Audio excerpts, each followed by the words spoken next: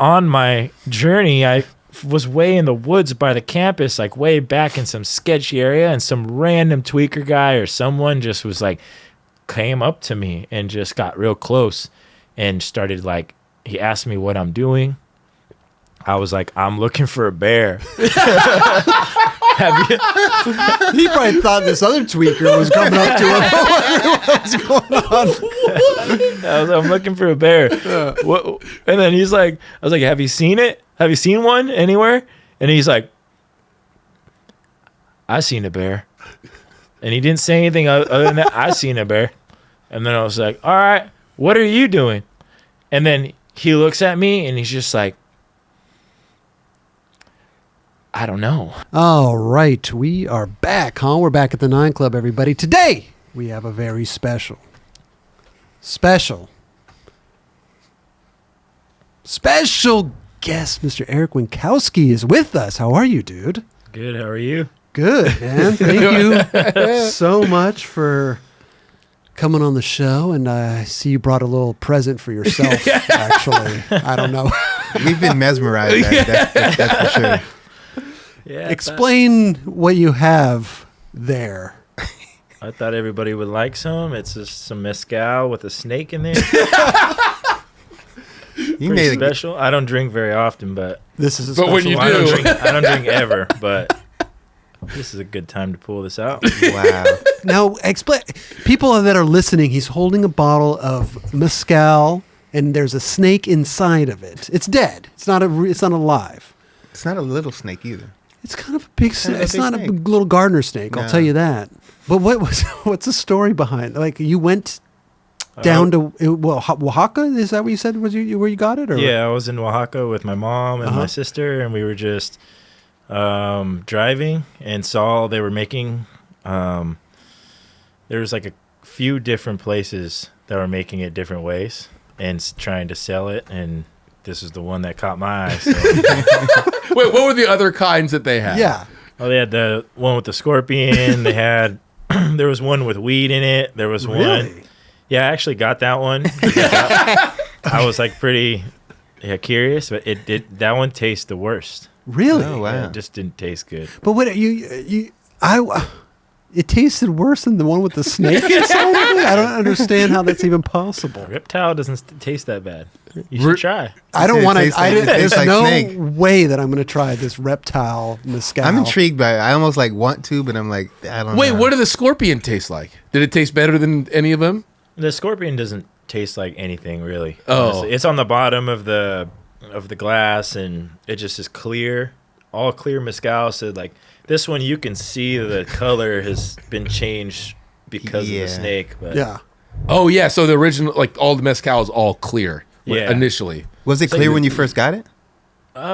this one was clearer. Yeah, it's definitely been getting more A Green. little murkier in more there. venom. I don't know. Is that supposed to be like the longer you have it, it's not good anymore? I don't think it works that way. I think it's like wine. The longer you have it, the better it is. Are you? You sure? Yeah. You just. How do you know? Test it out. I don't want to, bro. That thing is gnarly. Dubs, would you take a shot of that? That's what I was bro? thinking. I mean, I'm Have you smelled it? 50-50. I have not smelled it. No. Take I'm a like sniff. What does it 50-50. smell like? It's pretty good. You want to smell it? I don't know. I don't know if I want to smell that thing. Yeah, let's see. It just smells like tequila. Yeah. Does it Yeah. smell like snake? Tequila with smell like snake. Let me smell. That'll get Chris drunk for I feel sure. like I just took a shot of Definitely it. give you little shivers after for sure. So wait, you went down to Oaxaca. You were there on what, vacation? Oh, he's taking it. Oh, there he goes. He's got the. There you go. He's doing the gentleman's pour. Oh shit! Snake. That was dope. How was that? Give us a play-by-play. Strong.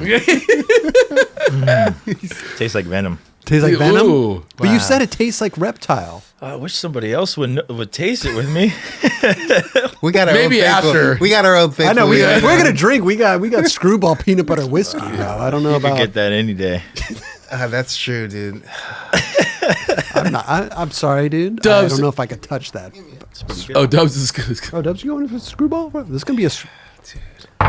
I'm hanging. Oh, tough you're on this actually one. gonna go? You're gonna try it? I'll indulge. It's really good. Oh, that's good. a stiff pour right there. You Oh, want it has ice a little. cube or- It has a little. Is things it a in little, there, dude. It got fangs in there. It's got little Like- little pieces. Little, you know. Down the You want hatch. to do the? You want to cheers? No, I mean, I'll take a shot, but right, I'll do the do peanut that, butter do whiskey that. though. No, Yeah. That's gonna be one of those episodes, huh? No, we just do one. we've had them before on our live show. Chris I don't gets- know. I mean, he brought the specialty out, so it's like. Bro, this thing hasn't been cracked in a while, man. I can't get it good. open, Dubs. That or you haven't been working out. Here. Oh, there you go. Yeah. You got Flip this show upside down. He hasn't been here for 5 minutes. it. Wow. All right. I've never done no shots like this, so I'm first for everything. Okay, Dubs, here. I got the peanut butter whiskey. You got the Cheers. Venom.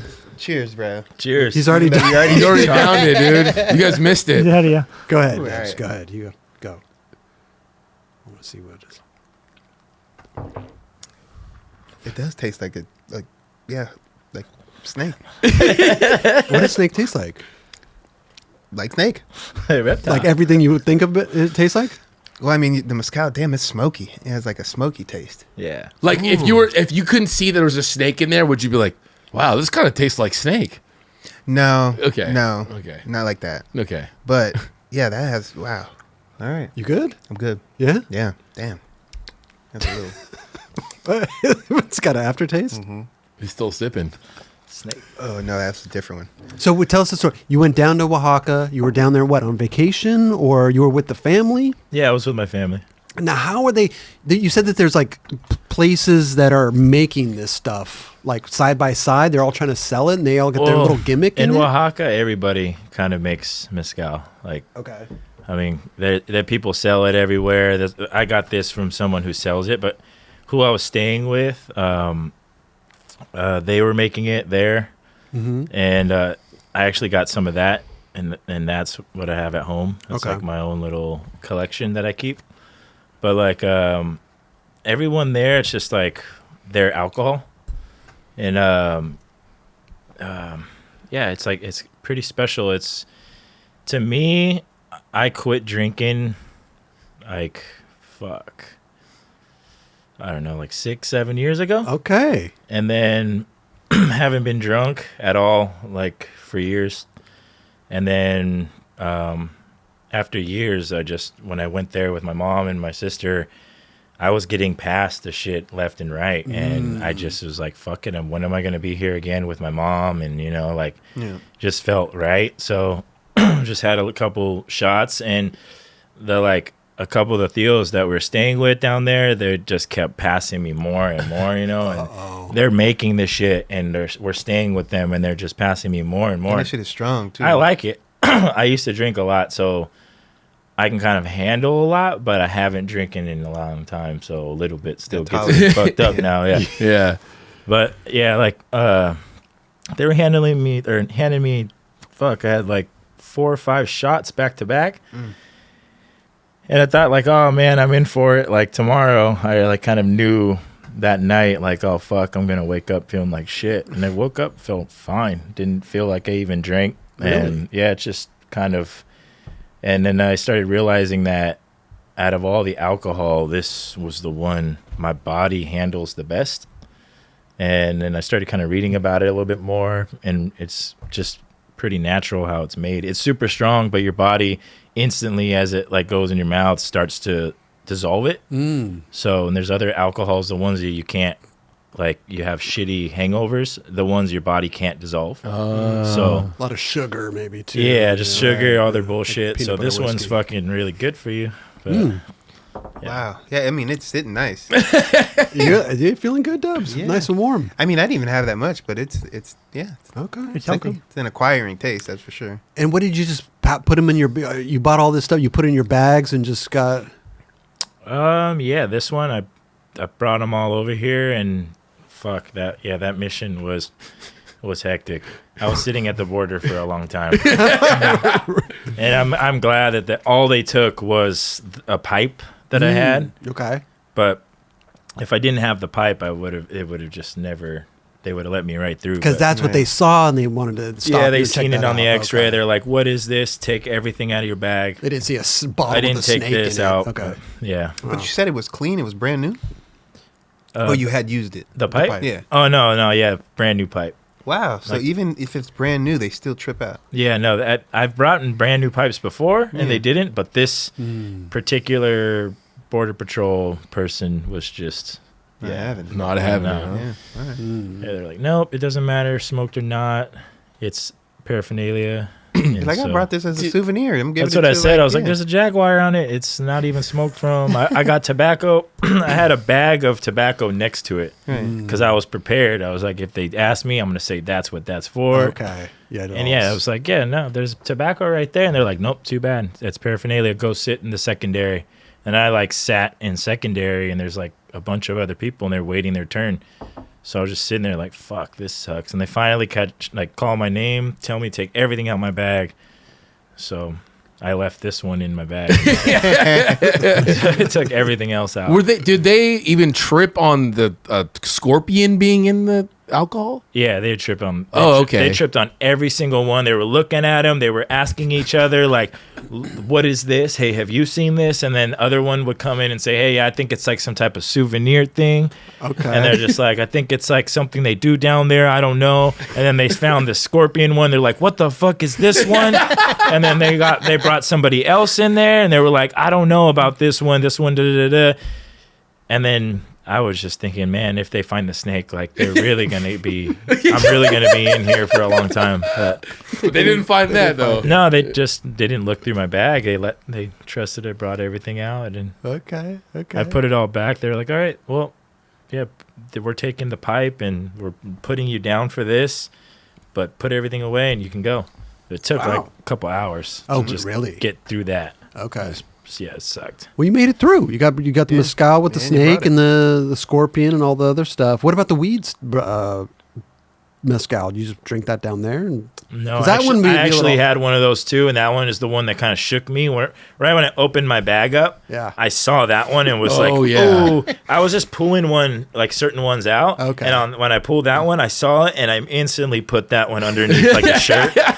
And I was like, "Ooh, hell no!" And I put that one under the shirt, and I was just pulling them out left and right. I left the weed one over here. I left the snake one over here, and I brought like about 12 bottles of mescal wow. back. No, So, seriously. so when I pulled out 10 of them, and they're like, "Is that all you have?" And I'm like, "Yeah, this is all it is." They were like, "Okay," like they didn't think I Yeah, this guy's left the got one 5 more bottles in That's there. amazing. So Damn, you Usually, really. usually they're like searching. Yeah, You know what I mean? yeah. Like taking out everything. Well, but I mean, I don't know. You. I've been through it before, so yeah, they do it themselves. yeah, I feel like every time you go through there, like I don't know if this is kind of different, but you bring a skateboard on the plane. So many different people are like, "Yeah, it's fine." Some are like, "No, it's not okay." I It's feel all like like they discretion. It's yeah, all their like personal discretion. exactly. They don't It's have like- a rule book. it depends too, because this one happened walking through. Because I always take CBX and I go through TJ, and then I fly out of TJ down to Mexico, and then when I come home, I land in TJ, and then I walk through the border. So I was walking through the border, and that's when they caught me with the pipe thing. And so Okay. it was different than just flying from there to here. I see. It was just a border patrol like agent that's at the border like sitting there. Right. And all of those guys are different. There's like some of them are assholes and some of them are cool. Right. It just depends which one you go to. You get Roll the dice. Yeah. straight up. Damn.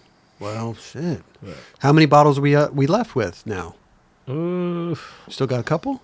yeah, I got a Well, because few. you said you don't drink. You Yeah, I still don't- don't drink. Yeah, but no, you I don't drink. once in a while you'll partake in the mescal. With It's a the, drink. yeah, you got a big old bottle of. fucking drink on the show. But were you scared? I mean, we'll get into all the skate stuff in a minute, but I'm interested. Like, were you scared like that this would bring you back to the days of drinking?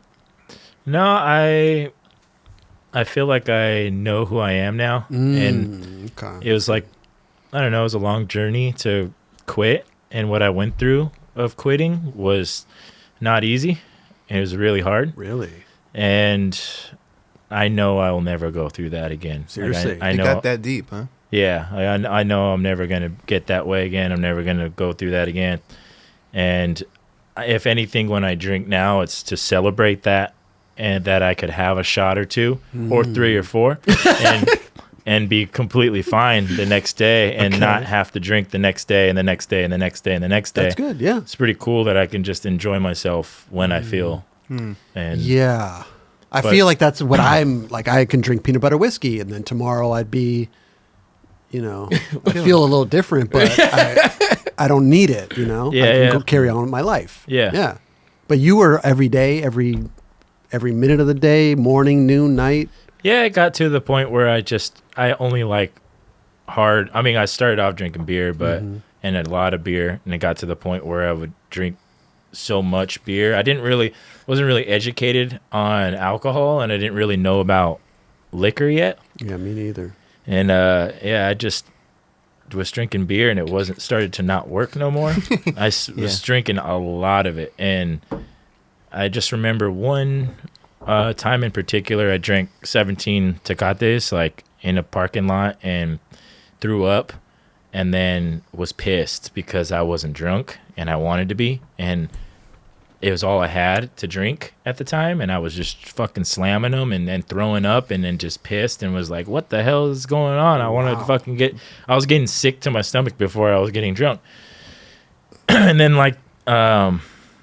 then I found out about liquor, and then it was just like game over. I was like, whoa, where's this been my whole life? Like, what was your choice of liquor? Well, everything. When I started drinking, there was no choice. It was just whatever you had because I wasn't old enough to drink. So you started that young? Yeah, I was like 20. Okay. So it was like right before, and then just like anything you want to buy me at the store that's gonna fuck me up, go for it and give it to me, and that'll be fun for me. So I was just like, all my homies in like Seattle and shit were kind of hyped on it because they could just buy me whatever fucking they'd buy me, Hurricanes or whatever the fuck, and here's a Steel Reserve. Yeah, I've had a lot of those. Just like, here you go, like take this one for the night. There's like one of my homies had a deal like, I will buy you a beer every day, but I get to choose the beer. And he drinks too, so like now like we just get to drink one together and he gets to choose what fucks me up. So it was perfect. But for me, I had no clue of the differences. I'm just like, get me whatever one. Right. They seem to be working every night, Like, especially early on. How did that even affect like your skating though? I feel like if you're just drunk all the time, like how are you ever going to get good at skating? You're just going to become. At first, it made it fun, and you kind of the fear goes out the window, and you kind of like use it as a tool as long as you can, and then you realize that you don't want to do it no more, and then you don't want to skate or don't want to drink. I don't want to drink anymore, and then you realize like you can't really skate. Like I was getting just so into like,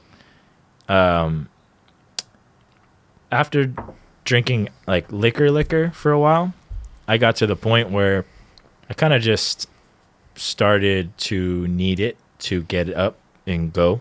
And so like there'd be days where I would wake up and I'm over it and I'm like staring at a bottle and I'm just like, fuck, and I don't want to drink this. I want to go skate. Right. And I'm like, well, I can't. And I'm just sitting in the house and I'm fucking starting to shake and have like sweats and shit. And I'm like freaking the fuck out. And like there'll be times where I wake up and I'm just like a mess, fucking crying and shit and just don't know what the hell's going on. Wow. And then I drink a little bit. I'm like, fuck it. I'm just, and I take a little bit and I drink a couple shots. And then all of a sudden I'm like, all right, fuck it. Let's go skate. Start to feel normal. Start to feel a little bit normal.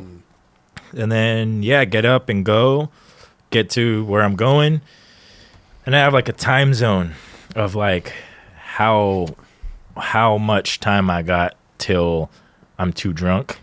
And at first it was cool because it was like with the beer, I was able to have a little bit more of a time zone. And it's like you get like, this hour, maybe 30 minutes of like kicking ass on your skateboard. Okay. And then you just get too fucked up and then you hang up and you eat shit.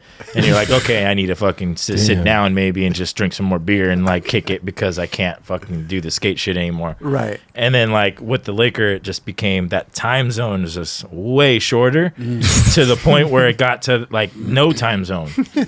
And then you get to the park and I'm like, fuck, I needed liquor to get here, and now I'm here and I'm too drunk. And now you're hanging out. And now I'm like fucking a little too scared to drop in the deep end because I'm looking at the floor down there and it's moving, And I'm just like, damn, I got too wasted before I even got here. And I just remember one time in particular, I went to Washington Street Skatepark. This was one of those mornings I wanted to skate really bad. And I got up. I was like, I'm fucking going skating. After I had 2 shots of vodka and maybe a little bit more, because I wasn't really taking shots. I was just swigging it out the bottle. Jeez. But I just drank some, and I was like, all right, I'm going to the skate park. Got there, and all I wanted to do was like cruise and just have fun. And I remember I got there, and I was too drunk, too scared to drop in the deep end over there, because like I did it once and almost ate shit, and then I realized how drunk I was, and then I was just like, damn, this sucks. Like instantly I sat down in the corner and was just like, I know I'm better than this, and I'm like, this is whack. Like I want to skate, and I'm just fucking sitting over here in the corner. And then Chris Cope showed up, and it's like one of my favorite skateboarders, and he starts just cruising the park, like doing, you know, just this little warm up, cruising, warming up his legs.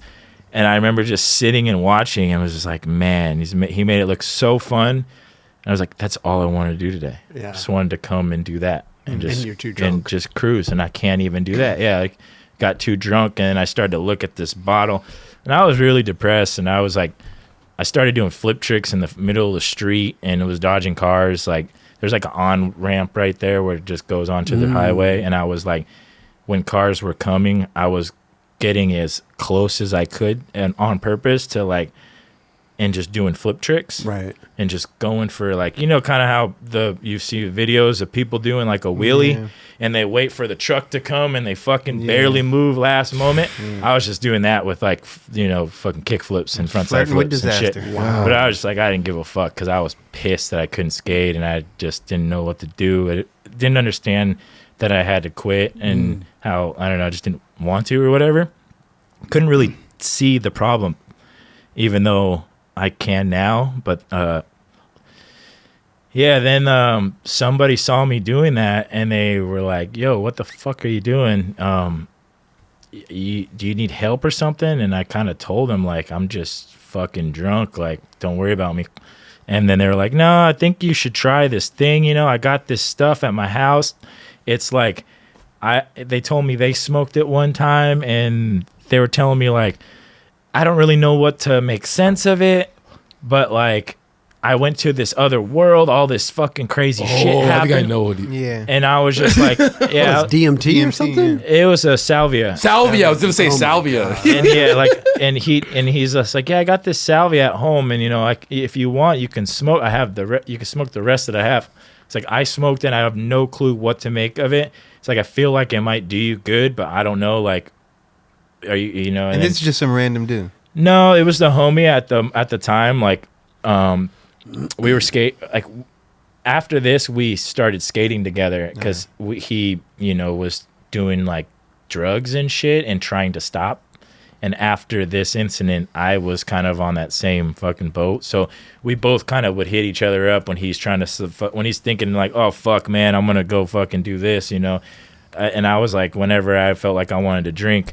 But then it got to the point where he just kind of like went over his boundaries. I brought him into my house and stuff, and he kind of like flipped on me, kind of what drugs do to people. And just, you know, like, all I did was bring him in and give him fucking socks and stuff, and all I got told was, you know, like, you talk to me like that again, I'll shoot you in your fucking face. Jeez. Stuff like that. So I'm just like, okay, well, you can go fuck off, and I'll never talk to you again. Wow. It's easy. Yeah. But that's the person who gave me this salvia. At the time, they were looking out for me. They were like, here, I did this. I don't know what to fucking make of it. Maybe you could fucking, it could help you, whatever.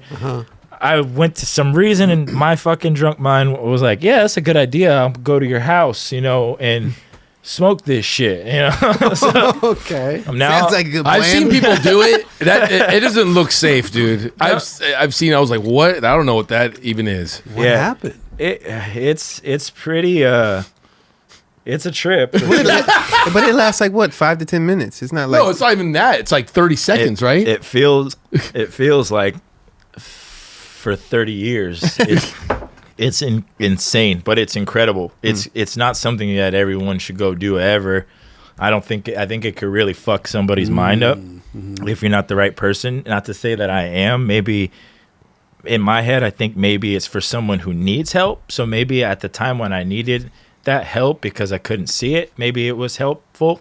So it was helpful. Yeah, well, the thing was I smoked it, and the first thing that happened was this blue spirited woman like appears in front of me. Is pretty insane. Like I don't even know how to describe it. It's like fucking Cortana from Halo or something, like just floating right up in front of me. And then I was just like, oh shit, what's going on? You start talking to her. Well, the feeling I felt when she approached was like, I can't explain it other than if the feeling of like God were to be around. It just felt like, oh no, nothing is wrong. She's here. Everything's going to be fine. So like as she's just like slowly coming closer, I'm feeling more and more like euphoria and just like everything's all good. No matter what the hell is going on right now, it's all good. She's here. And she kind of pulls up and then tells me like, can I show you some stuff? And I'm like, uh-huh. And I just remember I had another bowl of this stuff packed because the way this shit works is you gotta, I don't know, it's not like weed. You can't slowly hit it, and you gotta hit it all at one time, one go, boom, one big boom. So like I had one big boom, and then I was hurrying up and packing it, and while I was holding it in, I was gonna take another rip. But I didn't need that second rip. I was still holding it, and she grabbed my hand, flips my hand over, not like fucking knocks the second bowl I had in my lap, and I remember I just started giggling. And I was just, and then the whole room flipped. I wasn't in this guy's room no more, in his house anymore. And it got really crazy. It showed me a lot about the world, a lot about myself in a really weird, scary way where it's kind of unexplainable. But so like, certain things are supposed to be just like chemical reactions. You know, you're like, oh, you smoke weed, you get high because the chemicals get you high and they do this. Well, the chemicals in the salvia don't really make sense to me to show me of what happened. Like what it showed me was so personal and so deep and so real that there doesn't make sense. No, there's no chemical in the world that you can point out and say, well, that's what this did. Like to me, whatever that chemical is called magic, because like it just showed me myself in my own blackouts from a different perspective. Okay. So it's like if I came on this show right now, just hammered, if I would have just drank a hell of this before I came here, was just acting a fool right now, going crazy, just saying some stupid ass shit. And then later in this trip, what I saw was what actually happened. But I'm standing right there, and I was watching myself do it. Right. And it was trippy because I was like, whoa, what the fuck? This happened, and I'm watching it from here. And I wanted it to stop, but I couldn't. It wouldn't stop. And then it showed me a different blackout, and it would show me a different one, and then show me a different one. And I wanted them to stop, and it just kept showing me them over and over and over. And it was just like getting to the point where I was freaking out. I started crying. I was like, I don't like this no more. I don't want to see no more shit. And it just kept showing me another one and another one. And it fast forwarded. Oh yeah, that's the shit that made me cry. It fast forwarded to me in the future. And I was old and I was holding a bottle and I just looked fucking miserable. And I was just sitting in like a rocking chair. And I was looking at myself old just like that. And then I started to kind of cry. And then she kind of brought my attention to other things other than me. And it went from, okay, this is kind of what you're doing to yourself. And then it was like, okay, now this is how life works. And then it showed me everything about life and how it kind of works, how everything you put in comes back to you, and how every little thing is like little chain reactions that happen. And it kind of showed me all these windows and all the people that I knew, and it zoomed out and it showed me, and it kept zooming out, and it will look like a beehive, and then it would zoom back in to another little window, and it would just be another person that I know and what they're doing at the moment. Jeez. And then it would zoom out and go to a different one, and it would show me what that person's doing. And it kind of just showed me what everyone's doing at once. It was fucking crazy. It was weird. It showed me kind of shit that I couldn't even remember when I came back. The way I could describe it is like a dream. If you've ever had like dreams and you wake up and you're like, fuck, I had a dream and it was about this, and shit, fuck, and then it just disappears and you're like, damn, I don't even know. I can't try my hardest to think about it, but it's gone now. Yeah. It was like, as soon as the drug wears off and you come back to this place and you're back in your body, you immediately start to fade that, just like when you wake up from a dream. All of that shit that you just saw and that you just found out and the information sort of kind of closes in. It's almost like the world is so complex that our little brains can't fully understand it. It's almost like a ant walking around has no idea what an iPhone is. It can't. It can't like. I love that I'm shit. sorry. That analogy is amazing. I'm going to use that. I'm sorry. Like an ant walking, he doesn't know what iPhone But just is. the way you're breaking this whole trip down, it's like I could totally understand what you're saying. It's crazy. Yeah, it's a trip because then you come. Mescal. Yeah, It does. It's a Mescal. Maybe it's a little bit of Mescal. Maybe a little bit. This peanut butter whiskey is right. Yeah, let's drink some water here. Bro, it's explaining I don't know what you it. got, dude. But you said that it does. You need some water. It's crazy because you're describing this as like it goes away, but you remember it so vividly. Yeah. yeah, it's like some dreams stick with you. Really, the feeling sticks with you, and you kind of you still remember the main key points, even though you don't remember how. I don't remember how everything might work, but I can remember some of the key, like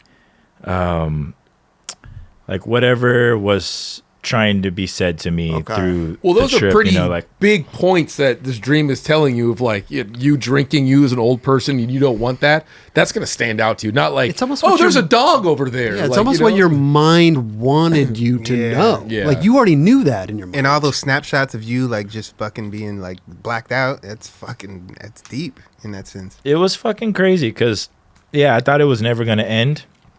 And I thought like I was being like punished for something.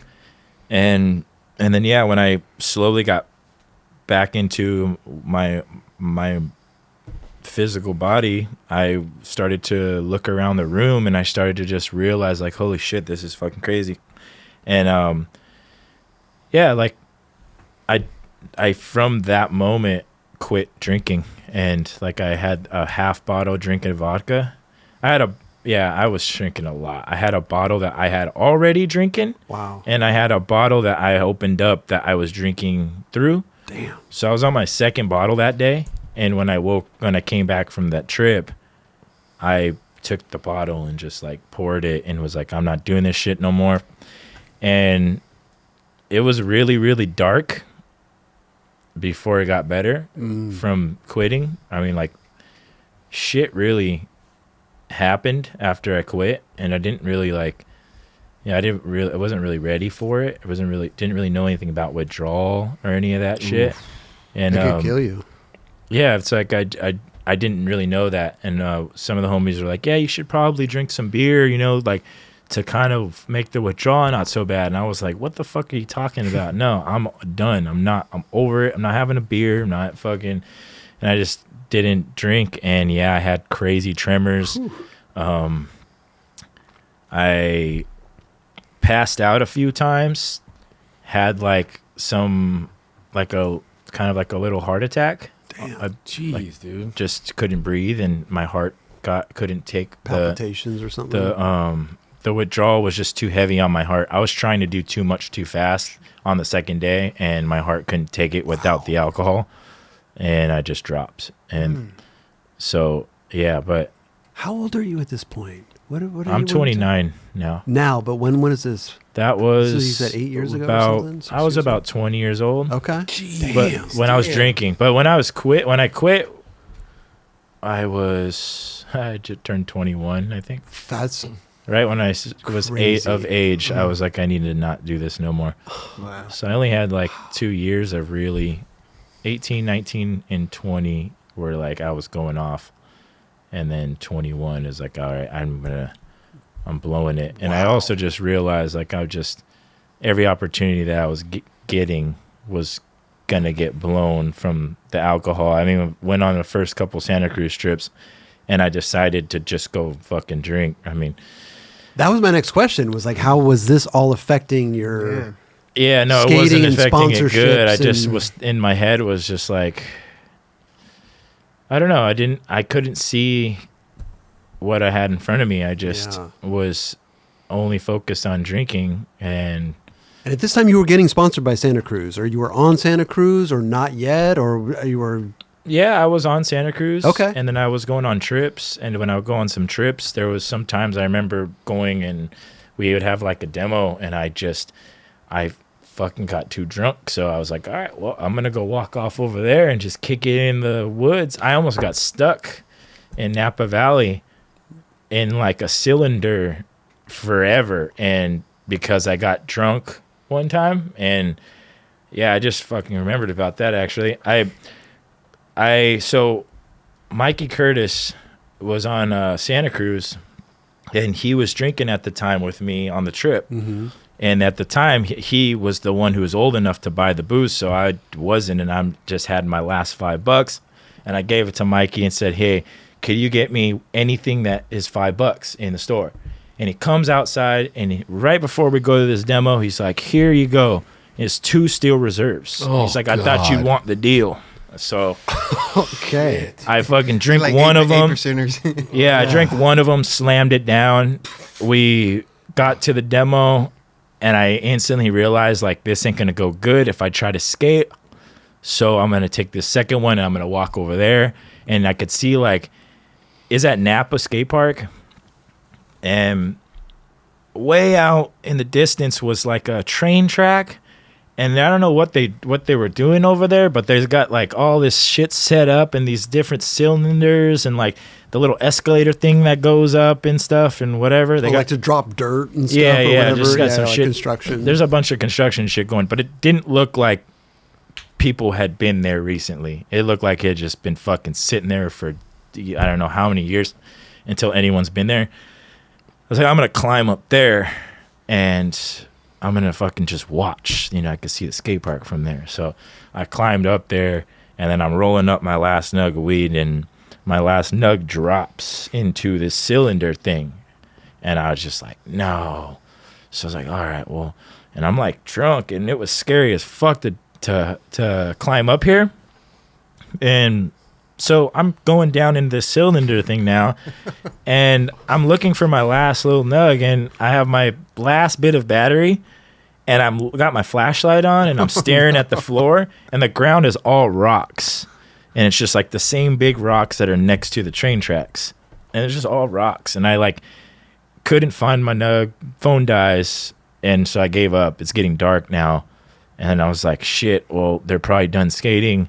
And my phone's dead. I can't call them. I can't find the nug. I better get out. And I looked up and I was like, shit, how do I get out? Because I like shimmied down this pole to get in there and then just let go and took a drop. And I can't like reach that pole. We're talking about like a cylinder, like a full pipe on its side, right? Yeah. Okay, it's just like this cup right here. And if And I you're a was little just ant. little ant inside there. That doesn't know what iPhone is. iPhone, no iPhone. Yeah. Doesn't know iPhone is an ant, drops down it. Okay. But yeah, I'm in there and I'm like, fuck. And so I'm looking at the thing and I freaked out, but I like somehow was just like able to realize I panicked. And in my panic mind, I instantly realized like the solution. So I was like, okay. And I just took all the rocks and I started to make, I got on the ground you made a mound. and I Like made an a mound. ant. Like an ant. You made a mound like an ant. Just like an ant. I made a mound. And then I ran off the mound and jumped up and grabbed. How big is this cylinder, bro? You're taking a running start? It was about, it's like as big Kelly, as like get some peanut butter whiskey, bro. It's amazing. You know, like a water tower? Like if you fall off the top, you're dead of this Yeah. thing. It was like, Holy it's shit. pretty tall. Okay. So I got up and I shimmied up to the top. And then the scariest part was when I got there, then I had to go down the part I climbed to get up there in the right. beginning.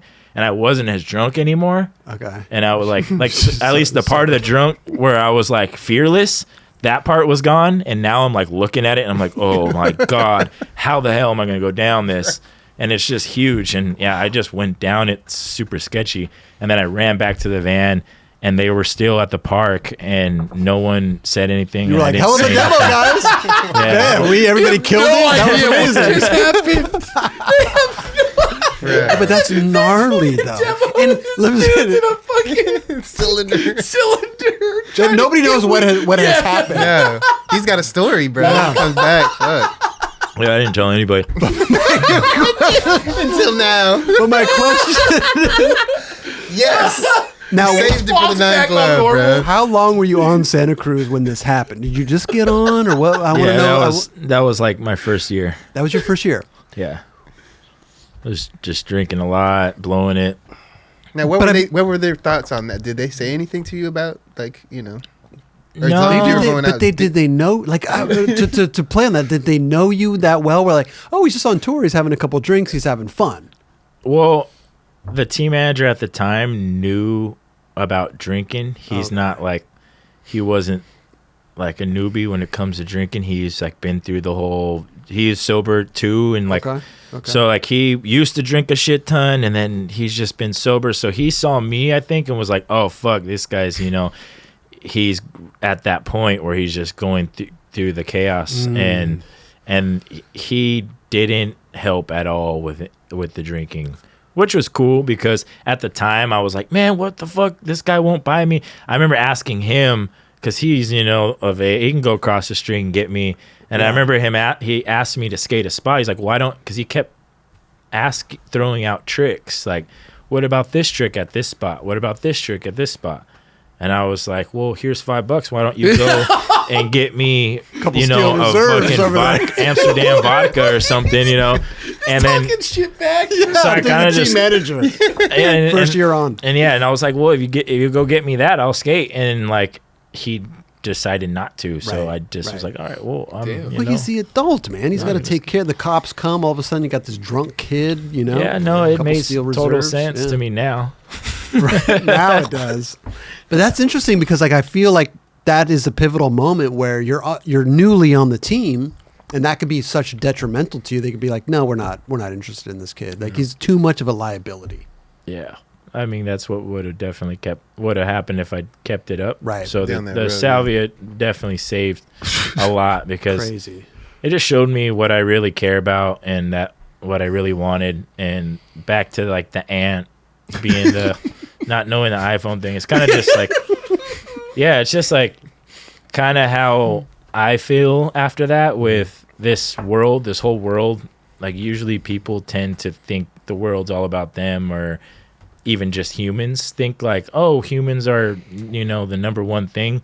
And that trip really made me realize like we are ants, like to whatever the bigger picture is going on that my brain can't comprehend unless it's under that drug. Like we're just ants, and we're doing our own little ant thing. And that's, yeah, but like, I just realized a lot of, I guess karma being like a really real thing. And it just showed me in that trip, like, if you really want good in life, don't fake it, you know, put out good. Yeah. And, you know, when you go out, you know, a smile to somebody goes a long way. Sure. It's not, you know, like it's the little things that affects, and it trickles down. And like you smiled at this person, made that person's day, made them a little happier. So they went, and then they made this person's day, and they gave that person fucking $5 at that fucking stop. And that person was about to fucking pass out because they just fucking went 17 days not eating. And you just never know what little, you know, so just started to realize like alcohol wasn't it, because it was putting out my worst. Right. And then so I just handled it. And it was shitty. It was like months of hell. Mm-hmm. Good for you though, bro. I think cut you off though on some real shit. Good shit. Yeah. Thank you. Up. Seriously. Amazing. Yeah. And it kind of honestly felt like it was never going to end. The misery part of it. And it felt like, damn, like what did I do to my brain? I really fucked myself. And then I started to eat mushrooms a little bit more here and there. I mean, I was eating them when I was getting fucked up, and not like how I started to realize once I quit drinking. I started realizing like, whoa, these are bringing happiness back into my brain again on like the simple shit. Like I go outside and I'm staring at the sunset and I enjoy that shit again. Like naturally. Yeah. And I'm like, damn. And I ate the mushrooms, fucking 3 weeks ago and it's still working. Like I still going outside going, damn, look at that sunset right there. And it's just like, it re-taught me how to feel good because something fucked my chemicals up. The alcohol fucked those. I mean, there's a big imbalance. Yeah. At a young age too, and when things are still when developing. When do they say your brain develops, like fully develops? I don't even know mine is fully developed. Yeah, I don't know. He doesn't know, dude. I don't know. Work in progress. I don't think What, Rush? Work in progress. Work in progress, always. But but like John said, like, congrats on all that. It's amazing, bro. Because like, who knows where you would have been right now? Yeah, I mean, I know I'd probably either be gone or in jail, or I wasn't a good drunk because I was a lot of fun, like too much fun. You're having a good time. Yeah, like I was, But here's the thing though, is like I think it's important to know that like you can be sober and have just as much fun. That's what my mama teaches me. Be the funnest person you could be. You don't need that alcohol to feel like you're a fun person. Exactly. Right? Yeah, no, exactly. And yeah, it's exactly what my mom teaches me. Amazing. She's the coolest like a smart person woman. in the world, and she will, all she goes off is a cup of coffee, and that's it. she's fine. She don't need a cup of coffee, but she prefer a little one. caffeine, She prefers Coffee's some. great. Yeah. I love coffee. Yeah. You're going through all this stuff when you're like 20 years old. You said you were like getting on Santa Cruz at this point in time. You had already been, this was your first year on Santa Cruz when all this was going down. How did you end up getting on Santa Cruz when you were in such a crazy state of like drinking all the time? Did you make a sponsor me video? Did you know people? Like, how did that it even all come about? happened really naturally, honestly. It was pretty cool. So I was in Seattle. Mm-hmm. I moved to Seattle, was hanging You're out from with a San bunch Diego, of friends. right? Yeah, I'm from San Diego. San Diego, you moved to Seattle. Yeah, Okay. I moved to Seattle and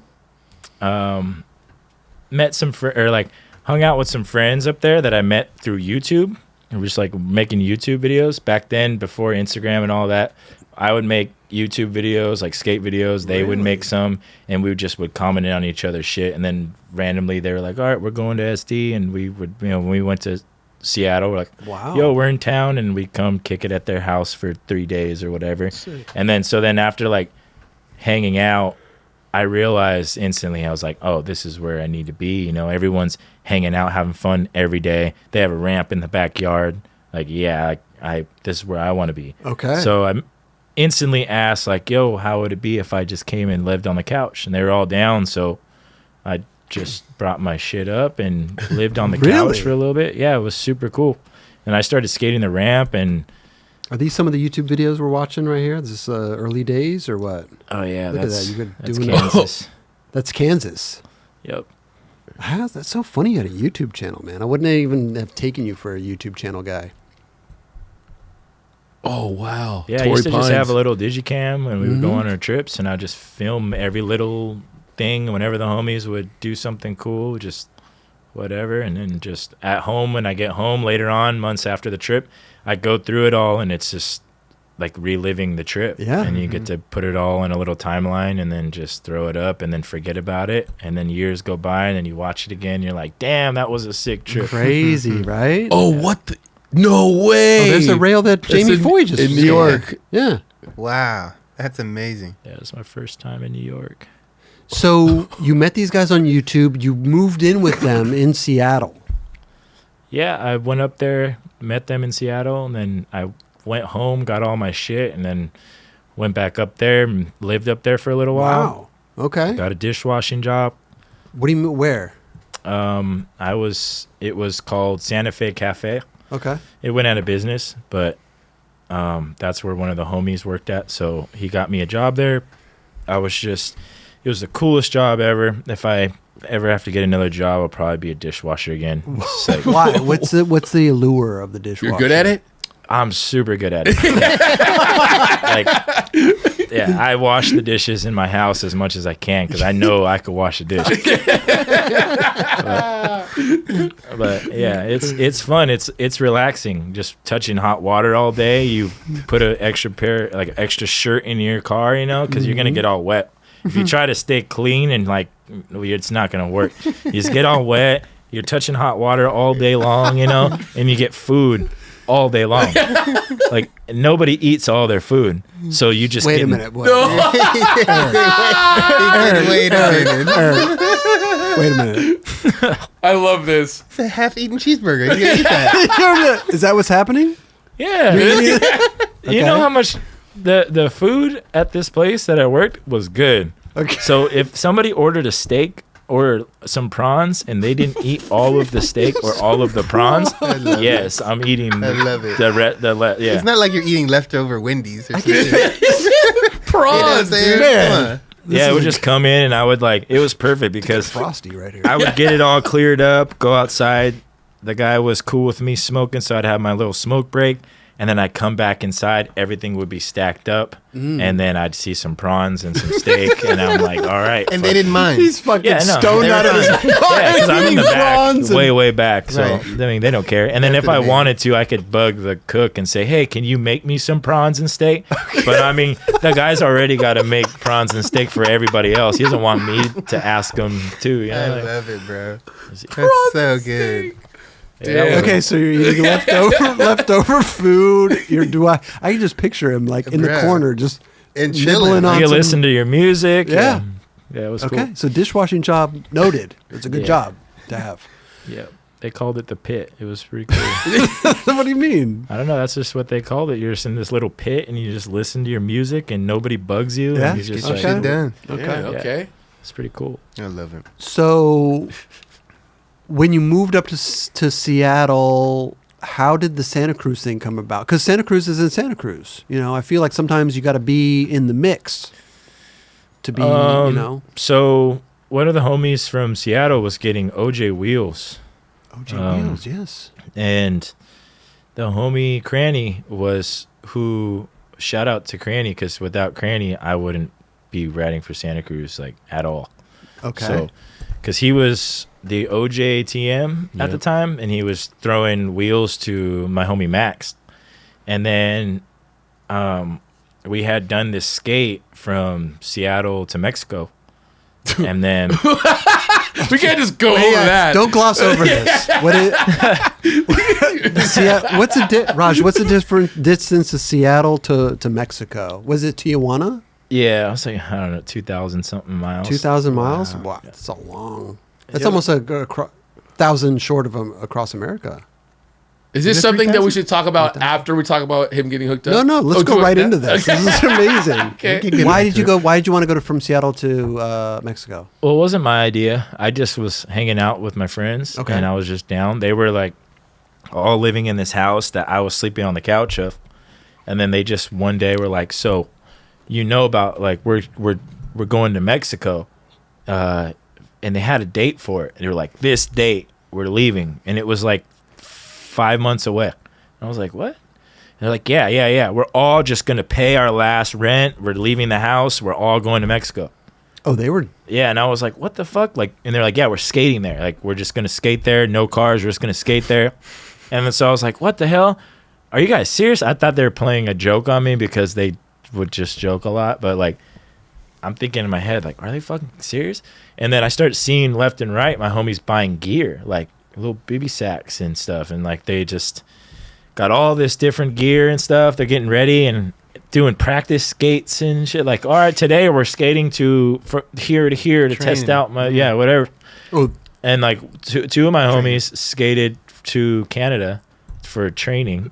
They were in That's Seattle. That's a good distance to start at. It was more to test their gear Yeah. because they knew all right, this is going to be a long trip. If my gear can't handle from here to Canada, it's not going to handle from here to TJ. by the way, go back to that one, Raj. What was it? I just want to really quick. By the way, the Seattle to Mexico 2,446 miles. You need some more coffee? I'm down. Okay. Hey, real quick though. Finish that. Let's. Yeah, we just. Yeah, so 2040. So they're testing their gear. They're testing their gear. Some of the homies did their little test. One of my homies brought his pit bull, so his pit bull walked from Seattle to Canada. Oh my! That's got to be a world record too Yeah, for a pit bull. Yeah, his paws had some like marks, but he did it. God. Like it was pretty cool. Wow. But then anyways, the date came up and they were like, all right, we're leaving. So I had saved up all of my dishwashing checks. And I remember you were prepared to go with them. Yeah, I mean, I saved all the little scrap up whatever little money I had, and I kind of just was like, fuck it, I'm gonna go steal some gear because I didn't have, the money to buy it. You had a dishwashing job. If I spent that money on the gear, then I would have had no money for food. Okay. The whole trip. Okay. So I was like, I gotta like pick and choose. So I was like, I don't really know what to do here. So I was like, fuck, well, I either stay or I go get some gear and I go. So I went to Fred Meyer, and one of my homies took me there at the time. And yeah, we just went in there and I got some gear that I needed, and like the basic shit, none of it was expensive. It was the like $20 tent and like a fucking a tarp and just like the most basic shit. And then I just walked right out and went in the car and drove off. And it felt so good. As soon as I got in the car and we drove off, I was just like, I'm going on the trip. Like, hell yeah. Like, I got the gear. Like, that's all it depended on was like if I had the gear or not. Okay. So I was like, what does the gear consist of? Yeah, tent, he said. What else? What else? A tarp? I didn't actually get a tent. Oh. They all had tents. I didn't have a tent though. So you butted up in a tent? I just had a tarp. Oh, tarp. That's all you had was a tarp. Yeah, I just roll up So like that a was the caterpillar. gear. You That use was the the- little rings. You put shoelaces and you kind of just make a little cocoon, and it keeps the wind out. You can't get too much into it because it blocks all the air and you won't breathe. And I accidentally did that a couple times. But oh my god, dude! The tarp is all you really need. To be honest, you just need a tarp. Water for sure. I dropped a couple times because I didn't have enough water. Yeah, we got to Santa Barbara and my body collapsed and I just started to go into shock. Well, there's been a couple people that have skated across America. Chad Caruso. Yeah. There's a couple guys right now that are skating across America. Jay Films Jay and Films. His buddy Oreo. Sick. How was it though? Like on your body, on your wheel? Because you have to prepare. You have to get the cruiser wheels. Like Chad Caruso's wheels were like almost disintegrated by the time he got there to the East Coast. Oh yeah, ours.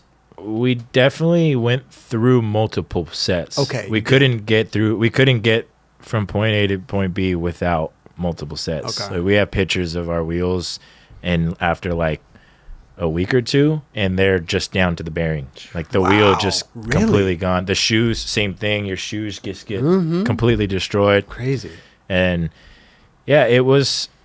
I wasn't really ready for it, to be honest, because they're all training, and I'm like, what are they doing this training stuff for? And then when it was time to go, I realized quick, because I was like, whoa, I'm getting these crazy cramps after the first day.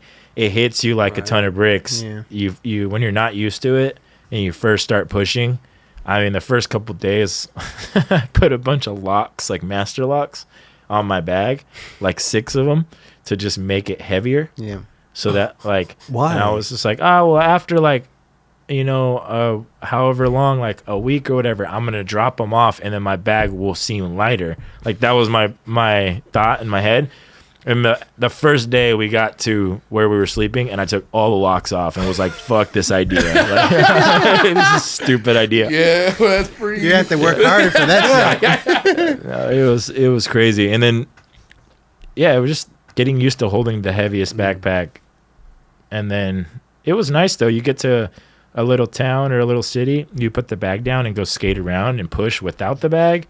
Ooh. That was a crazy feeling. I bet. Did you actually skate spots, like do tricks, or are you just like, no, we're just kind of skating around? A little bit. Yeah. We did it like here and there. We skate whatever we find. We skated some pools and some skate parks and stuff. Some of them had like extra wheels that they would put on. Okay. But I I didn't want to bring extra weight, so I just Except the rolled log. with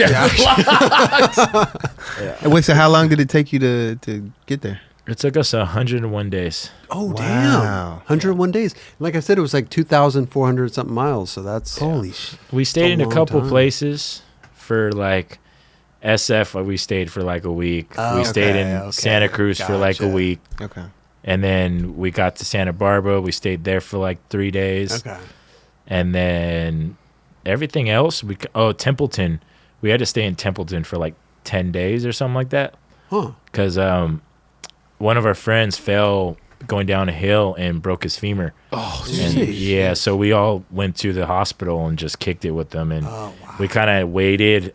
He had surgery, and then we like organized other homies to come pick him up. Okay. And then once the other homies got to him, we proceeded Continued on. the skate. Okay. How did it feel when you got to, you said you were going to Tijuana? Yeah, How did it feel when you got there? And what did you do when you got there? that was Drank some crazy. Mescal? Oh yeah, no, we went to the beach and we got 11 margaritas. Yeah. Yeah, and Okay. and it felt insane because as soon as we got into TJ, we jumped in the cars and got a ride to the beach. You had homies down there. Yeah. Okay. So then we were at the beach just drinking, and yeah, it just felt insane to just be like, wow, we did that. And Wow. I was a little bit bummed, to be honest. I wasn't, Why? well, because I knew the journey was over. And like I was bummed probably the last 3 days of the trip. I was just like, I couldn't even hide it. I was like pretty depressed. Like, this is over. Yeah, It's just coming like to an this end. is like one of the funnest things I've ever done in my life, and it's coming to an end, and I don't know when I'm gonna do something this fun ever again. And it just, yeah, I started to really realize that. And when we're at the beach drinking, I was like, well, this is it. And I almost like wanted to cry. I was just like, well, this is it. Like, they're going home, you know, in a couple days. They're flying to Seattle, and I'm just gonna kick it here. And I don't know if I'm gonna go back up yet because they don't even have a house yet. You know, they're all gonna kind of stay wherever until they figure that out. So I was like, fuck. So I'm staying down here. Okay. And at the time, you know, when you're with someone for 101 days every single day, it like becomes your pack. Yep. So it's like, and then they all left, and I kind of just was like, man, this sucks. Who were you I'm kicking it with fucking- down there? They had other skate homies down there or something? In San Diego? You were in TJ. Oh, no. Or you went back to San Diego? Yeah, I went back to San Diego. Okay. Gotcha. And then I'm in SD, and then they flew back home, and then Okay. that's when I stayed home for a little while. I met my first German Shepherd, and that's when I just What do you mean? fell in You love. met your with- first German Shepherd? oh yeah, I met my first German Shepherd. Yeah, What does that mean? Your dog? You've never met a German Shepherd before? yeah. No, I've never had my own like that, but yeah, I went to my parents, and that was our new dog, Ah. and she was a puppy. Her name was Georgia. Georgia. Yeah, it's and like- because I was like, I don't know, at the end of the trip, I was a little bit bummed. I just latched onto her and like took her everywhere. She became my pack, and me and her did everything. And she just passed. Yeah, she just Georgia? passed last year. No way. I'm so sorry. Sorry, man. Sorry to hear that. Old age? Yeah. Yeah. Man, look at her. Beautiful dog. Yeah, man. So you stayed in San Diego. Everybody went back up. I assume they got new pad up there, and did you go back to Seattle to meet them? After a yeah, while? I moved back up there a second time once Okay. they got a warehouse instead of a house. Oh, And then I moved up there and built a room in the warehouse above the ramp. Wait, you guys You just built a warehouse or got a warehouse to live in? Yeah, they got a warehouse. It was like an old mechanic warehouse, and they just like built a ramp in there. And then I went up there and were just like, yeah, pick where you want your room to be and just build it. And so I just was like, all right, right. build That's so it. sick. So just How went- are you? just- Supplies? How are you paying? Like, Well, there's, there was a bunch of extra wood there Okay. and to build shit. So I just started grabbing shit that was there. Outside was like a ton of extra wood. So I just grab okay. whatever pieces I need, go inside. I can cut them with whatever. All the homies had tools. So one of my homies kind of set the whole I showed him where I wanted to put my room, and he kind of set the whole frame of it up for me. And then he just gave me his tools and was like, here, man, like you could use these. And then I just used the wood that was around the warehouse. And how did it turn out? Good? Solid? Oh, yeah, it was. Structure was good? Yeah. Okay. It was like a dream room because I had like 55 shelves just like everywhere. What do you mean? You built shelves? Yeah, I had shelves everywhere. What are you For putting? what? What are you For putting all on my them? shit. What do you mean all your shit? I have a bunch of shit. He needs a place to put his shit, man. I know, but 55 shelves is a lot of shelves, man. Like we put we have a lot of shit too, Dubs. We put all of our There's a shit couple out here. shelves, but like, Yeah, this looks close.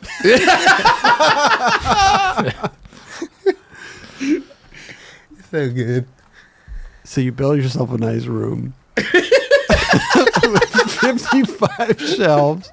And I just was skating up there. The homie started throwing me OJs after that trip. That's right. We were on the OJ / Santa Cruz. Yeah. And then because he was an NHS, he was just tossing me the Santa Cruz boards too. And just, like being the homie. Were you getting flowed or anything by anybody else at this time? Or you just. No, Santa Cruz didn't even, I don't think, knew I existed yet. Okay. And he just was like, oh, yeah, you would be sick to ride these. Take these. And he's sending me these different shaped boards.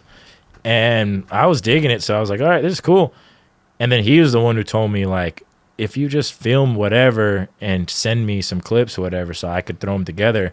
So I was skating a ramp every day. So I was just filming whatever I was doing. And are you skating the shaped board? Because you're known for like you skate like the shaped boards. Oh, yeah. That's like I skated that the whole way to Mexico. Okay. Oh, seriously? I actually bought my own PAL Raybones board for that trip. Oh, really? Yeah. That was like one thing that I did save up for with my check. And I was like, I'm buying a fucking brand new Raybones for this. Because I had one before, and I don't know what happened to it. We're talking about the original Raybone shape. Yeah. And just fucking completely flat. Yeah. So I had that, and I was like, this is really cool. And it felt really nice to ride. So I rode that the entire way. And I just got used to it. So after I got used to that, he sent me these old Jeff Kendall boards. And then I kind of I started riding those. And then I sent him some clips. Mm-hmm. And then he told me, yeah, like Santa Cruz is actually down to send you some boards now. And then it just took on from there. And then I guess was like, all right, cool. Because you were sending them clips and this is the Raybones, right? Is that the Yeah, I got the black one. Still same shape. Same shape, same everything, yeah. So when you get this board initially to skate down to Mexico, are you thinking, just for like transportation, or are you like, oh, I want to do tricks on this But you're already skating shaped boards at this point, right? Yeah, No? I was skating shape boards, but I tore my meniscus right before we skated down to Seattle. Jeez. Okay. So I kind of knew in my head I wasn't going to be doing too much tricks. I did like the same 5 tricks the whole trip down. Everywhere we went, if there was a bowl or a pool, I just did like a backside air, lean to tail, sweeper, and a gray slide. And that was like the only 4 tricks where I was like, all right, I feel comfortable enough doing those. Everything else, I felt like I might run out or like bail, and it just my meniscus wouldn't be able to handle it. So I just kind of like kept it mellow, and yeah, the beginning of the trip was pretty hectic for my leg, and then I take it you didn't get it checked out or anything. You just running with it. Yeah, I was just running with it at first, and then after the trip, I realized like I needed to get it worked on. Sure, I got it worked on, and it was fine. They snip it. Yeah, and it was such an easy. I walked out of the surgery like. I came right when I woke up, and they're like brought the wheelchair, and I stood up like, well, I don't need that shit. I'm good, thanks, man. Give me my Raybones. I'm jog out of there. No, but sometimes they just trim it. Yeah, it was, and that's all that they need, right? Yeah, they just trimmed it, and there was a bunch of fluid too, so they had to drain it, trim it, and just felt great after that. So were you? Because you like I said, you're known for skating like the shaped boards, right? The first time I met you was like at Mono a Mono last year. Remember it up at Woodward? And I was like, man, if this guy just had a nose, he'd be able to do like impossible nose, like anything, How do you Why the shaped boards? Do you just feel nostalgic about it? Do you feel like that's just your shit? Like, what's up with it? It's just gotten to the point now where now wouldn't have it any other way of like what I ride. I'm just so used to it. When I ride someone else's board, I'll step on someone's board, and if I even just do the nicest nollie heel flip that I've ever done, I still am like, nah, this ain't it. And then I just like drop the board and go back on mine. We're talking about like a popsicle board, like a straight up. Okay. Yeah, and it just doesn't. I don't know. It doesn't do it for me anymore. And so you just do nollie. You just don't do nollie heels on yours. There's no nose. I mean, you could. Yeah, still no, do I it know on you mine. could. Yeah. Chico can do it. Chico can do it anything for sure. Here we go. Look at this. This is the 10.35 Erick Winkowski Primordial Santa Cruz shaped skateboard deck. This is what you ride. Yeah, that's one of them. There's two different shapes. That one's one of them. Oh, so you ride two different shapes. Yeah. I mean, that one's the newer one. Okay. But I've been kind of liking the older one the first one that I don't know. Can't beat that one for me. It's just like I'm super used to it. Which one is that? Let's see if we can find it. I feel like if I skated more vert, I would skate that one right there more. Oh, really? Yeah, I actually want to skate more vert lately. I've been like itching to get on a vert ramp. I mean, you're down there in San Diego. Like, there's some close, like Encinitas. There's some close vert ramps. Some of them. I mean, Encinitas is pretty deep. It's like, I mean, yeah, it's really? far from San Diego. From down San Diego. Yeah, North County's far. I have to drive a good hour to get to a vert ramp. It's better than us driving 2 hours. Yeah, to get to a vert ramp. It's true. Yeah. This is a board you're talking about? No. Same shape, different shape. Oh yeah, that's the one. That's That's the shape. Okay. Yeah, it's just different when you go from waking up and you walk out of your room and you're right outside of your room is a ramp. Mm-hmm. It's hard to be like, okay, I'm gonna get up and drive an hour and hopefully this warehouse or wherever the hell is open or the people are gonna let me in. I don't know. Back in the day, I used to show up to a black box and just hope that someone would let me in and just would get shut down all the time. Oh. Have to drive an hour back home and be like, sick. Why would they shut you down? They were doing something in there. Nobody wanted just you. Just because they were, some of the guys were too cool. Oh yeah. But they didn't know you though, right? No, I mean, like a random dude shows mattered, up, but it's if you had a skate park and a dude you don't know shows up, hey, can I skate? You'd be like, I don't know. But wasn't that a private park? Yeah, it was. Yeah. So that's, I mean, it makes sense. But you just wanted. I mean, I guess there was only a handful of vert ramps. Yeah, so it totally made sense. But I mean, it was the way it happened. I feel like there'd be times where it's like, I've been allowed to skate there on other occasions because some of my friends have a key to it. So in my head, I'm like, I know homies who have a key to this place, and there'd be times where I'd be in the place skating already. And then someone comes out tripping and just like, get the fuck out of here. Really? Go home. I don't care. How would you like it if I came to your home and started skating? Stuff like that. I'm like, what the hell? And I'm like, okay, well, I will leave. It's not a big deal. Like, fuck. Wow. I don't know. Damn. But I wouldn't ever trip if anybody skated in my house. I plan on getting a house one day with the ramp and all types of shit for people to skate so that people can skate more sick shit. Like, I love that. I want my fucking grave site to literally be a marble mini ramp so everybody can skate my fucking grave site. Like, that's what you want. Yeah, that would be dope. Like, I love it. Duly noted, man. So, I don't know. When people trip about stuff like that, I'm just like, do your own private skate fucking little I think it was facility. Something. That's cool. Back then, I never really had that happen. Actually, it did happen to me at Shorty's Park once, for sure. And they trip out. They would trip out, but... The one that was in Woodland Hills? Yeah. Yeah. I had someone trip out on me. But I understand. I'm like, whatever. Yeah. Yeah. Well, we got to talk about turning pro, because we got your pro board right here. We were just talking about the shaped boards and everything. Like, how did this pro board come about? How did the graphic come about? I'm sure there's a great story behind it. Well, I wouldn't be pro if it weren't for my, I guess, like, the support of my parents helping me get into skate. I mean, my dad showed up with a skateboard when I was 10 with my brother and was like, here's a helmet and a board, and dropped us off at the skate park. Why? He wanted you to He just was do just something? trying to find something we liked. Okay. We tried baseball, we tried all this shit, and we didn't like it. And he's like, fuck, well, I like baseball. I wanted him to be into that, but it just wasn't what we were into. So he's like, well, whatever. If they built a park by the house, maybe they're into this. And we went there, and he dropped us off, and it was the best time of our life, and we begged to go the next day and the next day and the next day and the next day, and we got the pass for the 3 month for whatever, $30, because it was, you had to wear like pads and shit to go to this park. SD. Yeah. Okay. And now it's different, like it's open to the public, the same skate park. Oh, okay. But yeah, at the what time, park is it? it's in Paradise Hills. I think it's called Charles Memorial Skate Park. Okay. Charles Memorial Skate Park, the third. The third. Yeah. But that place, Okay. Is there 3 Charles Memorial? yeah, there's another memorial skate park, Charles Oh, Memorial this is the Park. third Yeah, Charles there is Memorial. Memorial Parks. The one with the keyhole is a different one. Oh, okay. Who's this Charles guy? I don't know, but he's got 3 parks.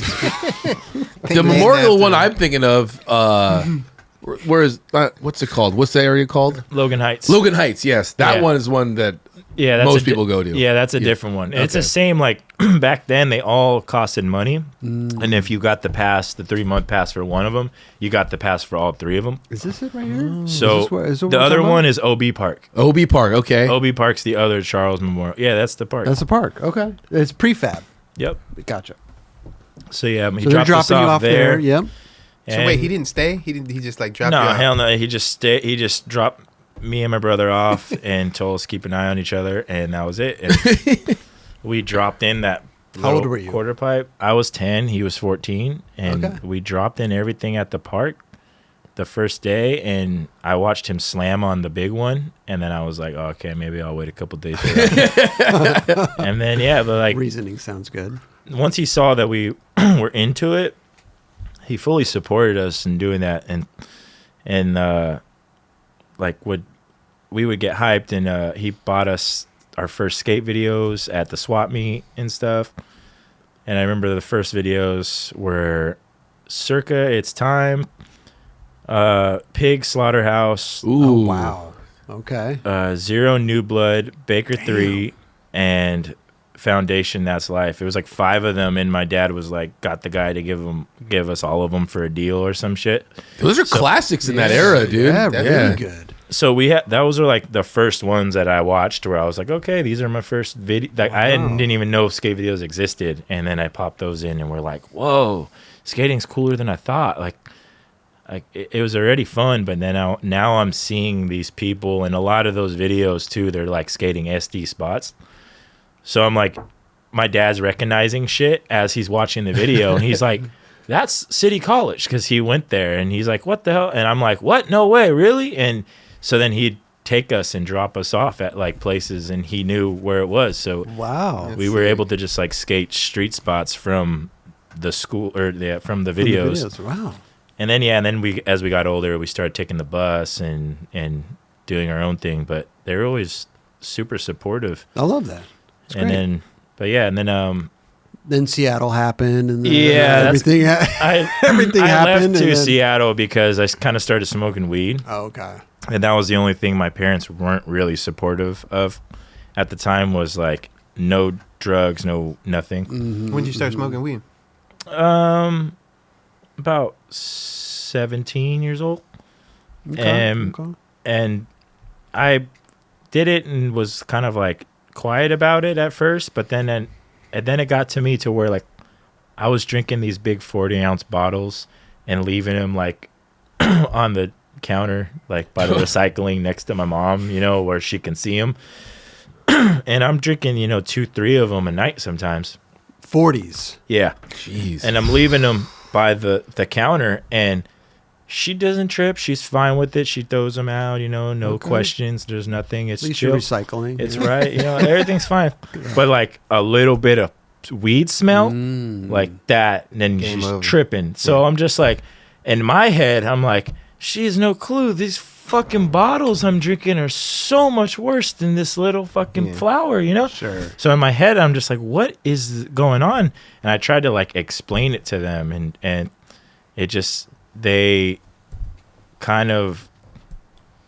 have seen what it does to their friends and stuff through other people they know and drugs and all that. My parents are completely sober. I mean, my mom is definitely down to have a shot of this with me. She'll have the snake mescal. Yeah, right? she will. Wow. For sure. I feel bad. For sure. My mom makes like the best michelada ever. Micheladas. Yeah. Okay. But like, they don't drink every day. They don't smoke weed. They don't know what it's like to be high on mushrooms. My parents don't. Okay. You know, they're really sober. So finding out that I'm smoking weed and stuff, it like freaks them out, scares them. So they just weren't down with anything. And early on. Yeah, and the whole support kind of dropped because of that. And I remember being like, damn, just because I'm smoking weed now, like, you know, I feel like I'm being looked at like I'm a totally different person, like I'm a criminal or something, you know? And so I kind of got to Seattle and just was like, fuck this, I'm going to go where, you know, I'm going to have fun. Okay. And now how do they feel about it? And then once I went pro, Comes back to the pro board. then they're like, then they're just like, yeah, well, you know, we can't really say anything about it. You got our like last name on a fucking skateboard, you know, the way you do it. So I'm not going to tell you what to do and what to smoke, and it's not causing any issues or problems. Right. And when I was drinking, I did have a bad temper. I think I do have a bad temper just altogether. Okay. But that's another reason why I like smoking weed, is it just helps calm my soul and kind of contain everything and feel the way that I want to feel all the time, and be able to handle things the way I want to handle it. Because, yeah, it's like, I feel like, I don't know, alcohol and certain other things will really bring out the worst in somebody, and it's hard to contain that inside of you sometimes. And sometimes people don't know what to do and how to contain that. And sometimes, like, I feel like I'm Naruto and I got like the 7-tailed fox inside of me and I'm gonna fucking explode, and I don't know what to do. And then I puff on a little bit of weed and I'm like, damn, everything's all good now. And I realize that it's not that big of a deal. Okay. And, you know, people could be like, oh, well, that means you got a problem with weed. And it's like, well, I quit all the time and I take breaks all the time. Okay. And I still get back to the issue of where little things start to bother me that shouldn't bother me. And I have just learned through going back. I realized it's something that I enjoy in my life at how I like to do it. And it's really helped calm me down, because people do stupid ass shit and throw away their whole life because of anger. Oh, and God, and yeah, like, I don't know, it kind of runs through my family, all of my uncles, all of my dad. You know, my dad's a great guy. I mean, he has his temper. He's always been a great guy. He's not like the type of dude to hit nobody or nothing, you know, unless they deserve it. And I wouldn't want to get hit by that guy. a big guy. He's just, his whole my whole family's just like, he used to box and do everything. Wow, okay. He's just Winkowski sounds like a tough name. Sounds like a tough family. Family of warriors. For sure. I Okay. have a lot of family that were in the World War II and World War I and survived the Holocaust. And like people who just strong fucking people. Yeah. So, yeah, it is really strong. Well, trick it down to you, because your discipline is definitely pretty impressive, bro. You know what I mean? Like, going through what you've gone through, and, you know, and knowing when to, like, taper it off, and then, you know, obviously still indulge, but then to taper it off again. I think that's, like... Well, that's honestly, it's easier when you have parents to that you care about, that you want to see happy. And it would be easier to fuck up if they were fuck ups. So I really owe it to my parents for showing me what it is to show up and be like able to count on them for anything. Right. And I feel like that has showed me to be able to be that way. I hope that everybody that knows me knows that they can hit me up at any time, and I will pull up and show up for them. I love that. And it's like, that's the same way my dad is, and he's always been. It's just always been the guy who's just like, I don't care if you're fucking drunk in the middle of the night at 3 a.m. and if you like, don't fucking drive home, call me, I'll come get you, you know, no questions asked. Like, it's all good. And yeah, it just showed me, like, by having that support, it really made me at a certain point realize, like, I can't throw all this shit away. Like, I have something to show me what, I don't know. It's easier to fight for it when you care about something. Sure. And you have something to fight for. Absolutely. When do you smoke? Does smoking help you skate in any way? Nowadays, it's more enjoyable. I can skate either way. Okay. But I find it that when I don't smoke, then I go skate. It's very in my brain and mental. So, like, for instance, if I am going if I go to the skate park and I don't smoke weed, you know, and I'm just like sober, and this is like, say I take, you know, a month off, 2 months off to really get sober, I'm not high no more, and now I'm skating. When I pull up to the skate park or wherever the hell, the skate spot or whatever I'm at, my brain is really thinking like, what do I do first? Okay, maybe I'll do some flat ground. Okay, what am I going to do first? A kickflip. Okay, here, I'm going to do a kickflip first. Okay, I'm going to do a kickflip and put my foot here. Okay, and I'm going to do a tray flip now. Okay, let's see if I can do a tray flip. I'm going to put my foot here and do this. And I'm really thinking about every single thing that I'm doing. And then there'll be the days I'm like, fuck this, I'm just going to smoke a little bit. Or, you know, like, because I'm going up ramps and I'm just like, oh, fuck, I'm going to try backside airs and then go around and I'm going to try this. And I'm planning shit out in my head. And then the days of smoke, I'm just like, kickflip, tray flip, fucking backside air, frontside air. Not thinking no more. I skate the exact same way. I just don't think about it no more. Interesting. It's really fun. And I kind of told myself there's like the easy way and the hard way, or there's like the hard way and the fun way. And it's like, you can go ahead and learn your tricks the hard way and just like eating shit, or you can eat shit and be high and it'll be a little bit funny. So you're going to get to the same conclusion, right? You know, like, right. Well, weed affects everybody differently. That's the interesting part about it, right? Yeah. It's like you could be having the best time of your life and not thinking about anything, when it could be paranoia for somebody else. No, and the worst time of their truly, life. you're right. I've seen that a lot lately, and it is interesting. So, and I have been one of those people when certain things, I feel like maybe it's just stuff might not be lined up in that person's life for them to be doing it. Like you said, everyone's different. And yeah, I think there's just sometimes, like, when people are going through certain things, it isn't the best. I know when I've gone through like pretty dark times, there have been times where I've been shook off of everything, like everything that could change my brain. And it took me a while to do anything again because I was just scared of it. And sometimes just the fear of being scared of it could already set you in a bad way when you do it again, if you have that. So you had to make sure when you do anything again to just not be scared and have to do it in a time when it feels natural and when everyone's hanging out and it feels like, hell yeah, this is a good time. This is when I'm going to do it. And then you do it and you're like, hell yeah, it was perfect because I did it at the right time. But if you're just like scared about it, you're like, I don't know, should I fucking smoke today? I don't know if I'm going to, but what, fuck it, I'm just going to try. And then you get hit and you're like, oh my God, in my head. Fuck, why'd I do that? Fuck, I don't know why I just did that. It's like, if you're going to think in your head all about it, all crazy, you shouldn't smoke weed, you know? For sure. But some people just, I don't know, it's different. It is different, man. And it's incredible, bro. I love it. Let's get back to this. We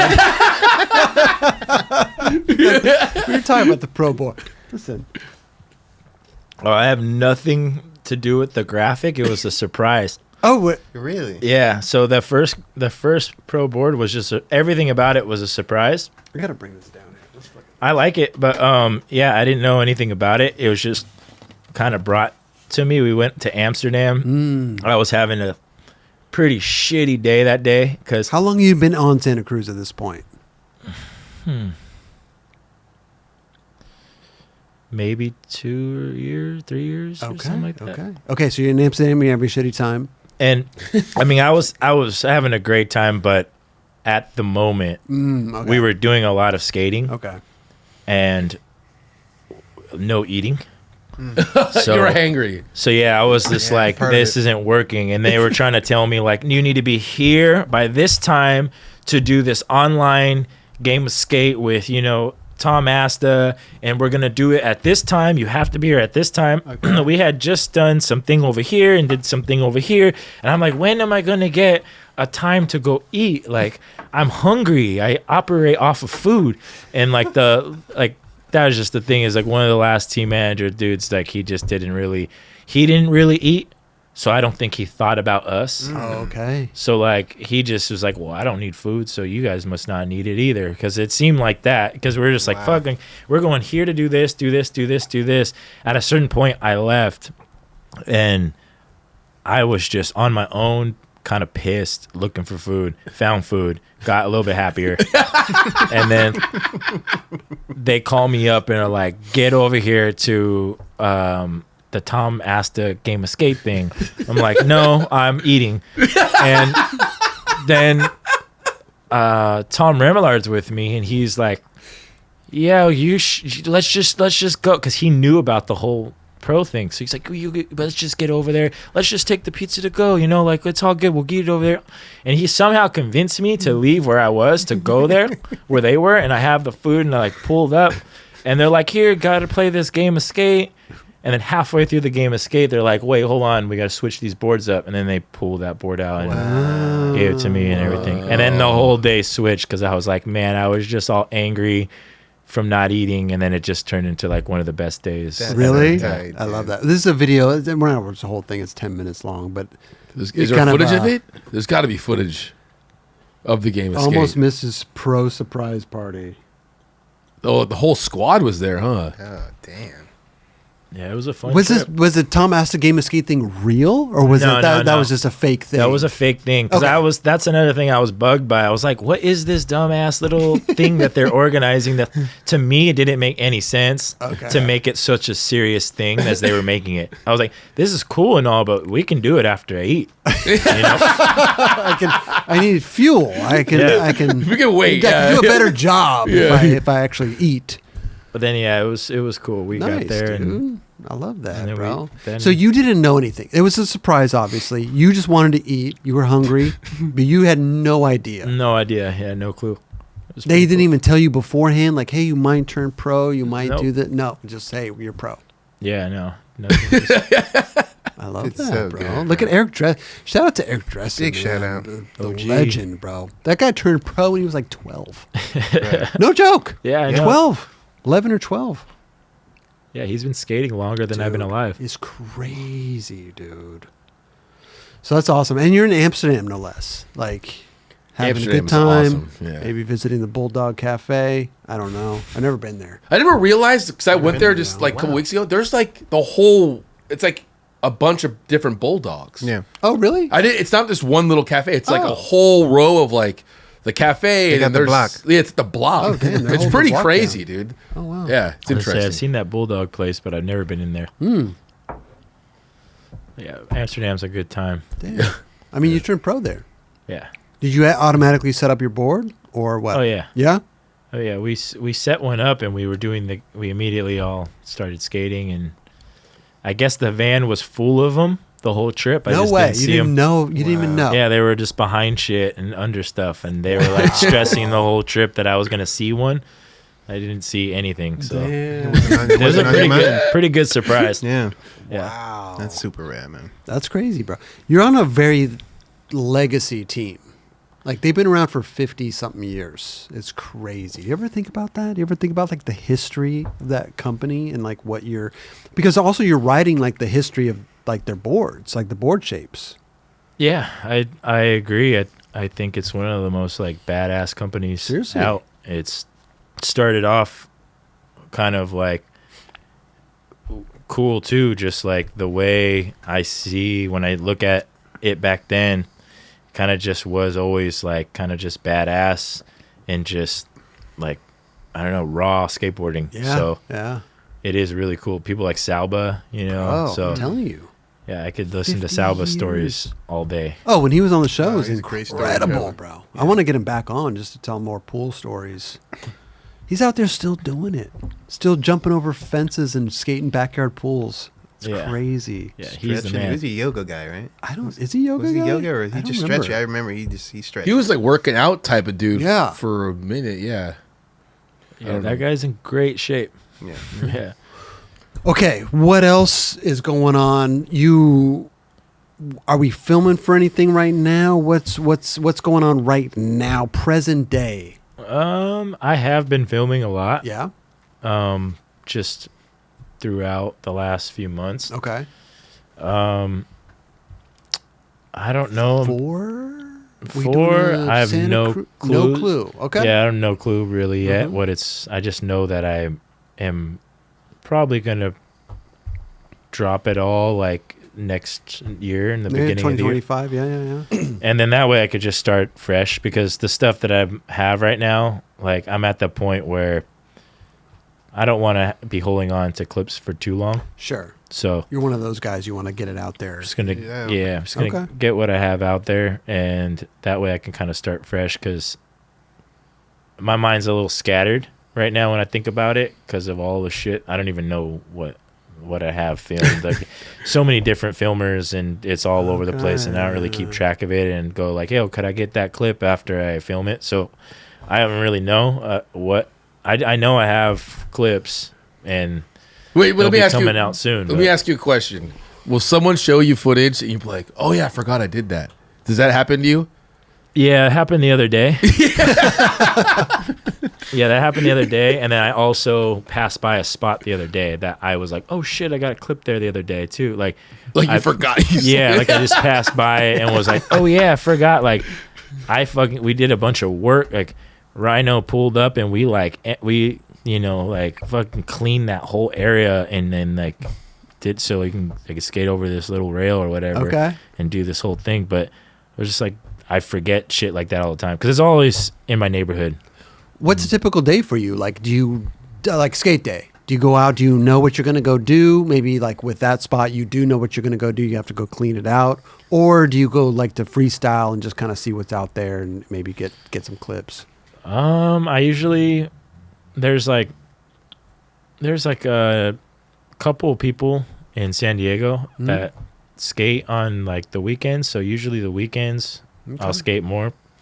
But yeah, like there's like a crew with Rhino. Everybody, Rhino kind of hits up a bunch of different people. So whoever Rhino's skating with, there's just like gonna There's some be gnarly shit some going good down. skating. Yeah. Rhino ain't. You're not going out. to some manual pad. I'm not going to. Rhino is never going to go take photos with me. You know what I mean?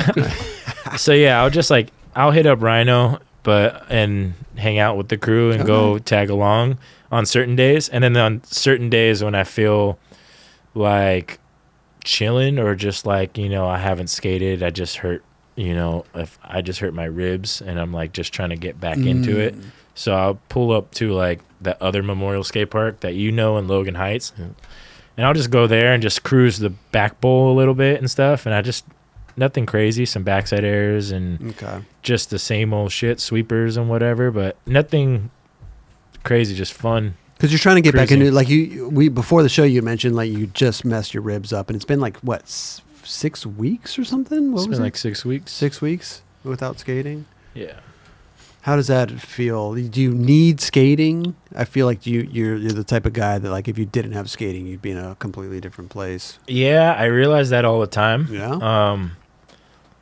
I forgot about that until about a couple weeks ago. Really? How so? What do you mean? Just you kind of take for granted when you can skate all the time, and then you get hurt, and then a few weeks into it, I was just like started to realize what you said, where I'm like, I need skating. I'm starting to lose my fucking mind. Right. I'm going crazy. I don't know what life is about anymore, and yeah, there's so many things that kind of just hit my mind where I'm just like, I like to do a lot of things, you know, but everything kind of revolves being physical. I mean, like to riding my dirt bike and. Yeah, I was gonna ask, do you have any hobbies or any other things that you lean on? Yeah, I mean, I like riding my dirt bike around. Like that's been one of the things that I'll just throw it in the back of my truck and drive somewhere and then take it out and go into a mountain. And that's been one of my favorite things lately. And I'll just like find a spot isolated and kind of, yeah, it's like probably one of my favorite things to do. So you do those type of ventures on your own? You don't like go with anybody? Yeah, or with my dog. Okay. I just went to Montana not too long ago. One of the homies jumped inside the car towards the end of the trip too and went with me, which was actually pretty sick because if he didn't, it would have been a little bit scarier. We were camping in Montana just with grizzlies and stuff. And I've never like... That's why I asked that too. Yeah, I've never... I never encountered a grizzly at my campsite before, so I just didn't really know. I know about, you know, not keeping food in your tent and all that. So, but we pulled up. I started to realize like, oh shit, we're really in the middle of nowhere. We don't have service. We're really far from this town. We're really far from this town. There is wolves, grizzlies, moose, everything out here, lions, and we just gotta hope, you know, we kind of keep it tight and everything, you know. Okay. And my dog has no clue that those things exist. Oh, your dog's with you. Yeah, she's with me, and like she's a new pup. She's like a German Malinois, Belgium dog, but like she's pretty badass. She's super smart. What is it? A German? Pull that up, Raj. I gotta see this dog, man. A German what? She's a Belgian Malinois. Belgian Malinois. Yeah, German Shepherd mix. Oh wow. Yeah. So go ahead. Sorry, we'll pull it up. But yeah, she's super intelligent. So she knows English pretty good. Right here? Oh, that's Georgia. Oh, that's old dog. Okay, maybe you got to Google that girl it. Right I just want to there. see what it. The one up there. One right there. No, one more up. That's a horse. No, that's Georgia. Georgia's a big girl. No, but that's one up is a horse. Above the horse. Oh, yeah. There she is. Okay. There's Rika. That's Rika. Rika. That's a cute dog. Yeah. That's Montana. That's where you were? Yeah. Oh, you were with David Gravett? No, I was with Nick Hansen. Oh, Why Nick. is David Gravett posting? Wait. Well, he's he commented. commenting. Sorry. Because David Gravett's a camper too. He's a fisherman. Yeah. He's done stuff behind waterfalls that we've known about, you know.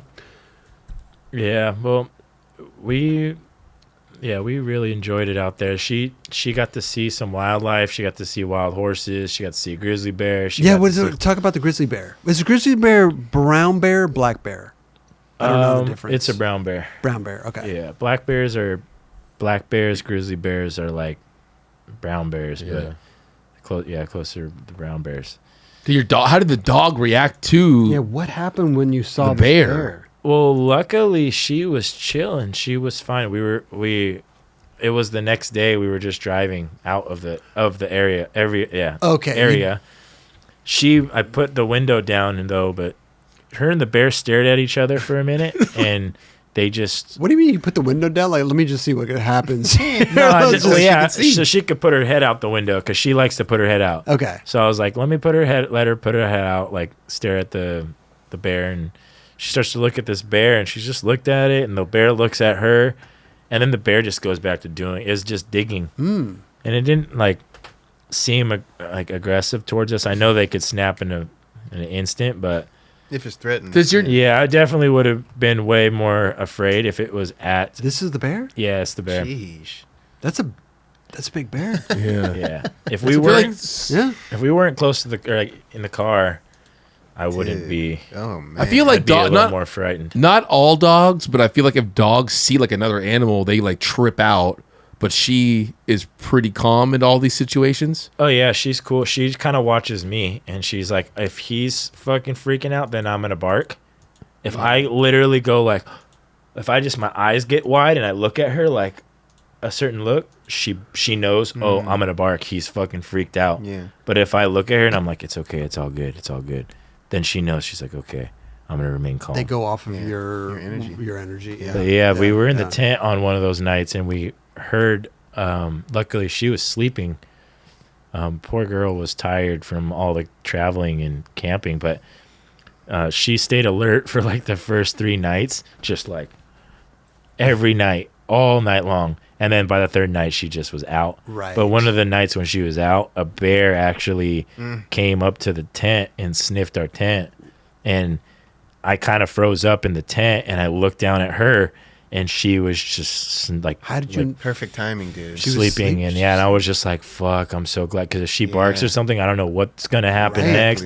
How did you know it was a bear? You could see the shadow or something? I could hear the sniffing right by my head. Just like, it's like, right. It was, dude. It was really crazy. It woke me up, and like, I mean, I carry a gun in my tent to protect my dog, but I'm not gonna let anything happen to my dog, no matter what. Or it's yourself. Like, yeah, but I mean, to me, that's my baby. I mean, I don't know. I honestly would probably let a bear fucking maul me before I shoot one too. I love animals so much, so to shoot go to the woods and go shoot a bear, right, and then leave, like I wouldn't be able to do that. I'd feel like a monster. So just wind killed this majestic thing, and so I just like I don't know how I feel about that, but I know that I would protect my little girl. So, but anyways, I'm like sitting there, and I'm just shit got real quick, and I was just like, man, I've heard stories of people getting ripped out of their tents in Montana,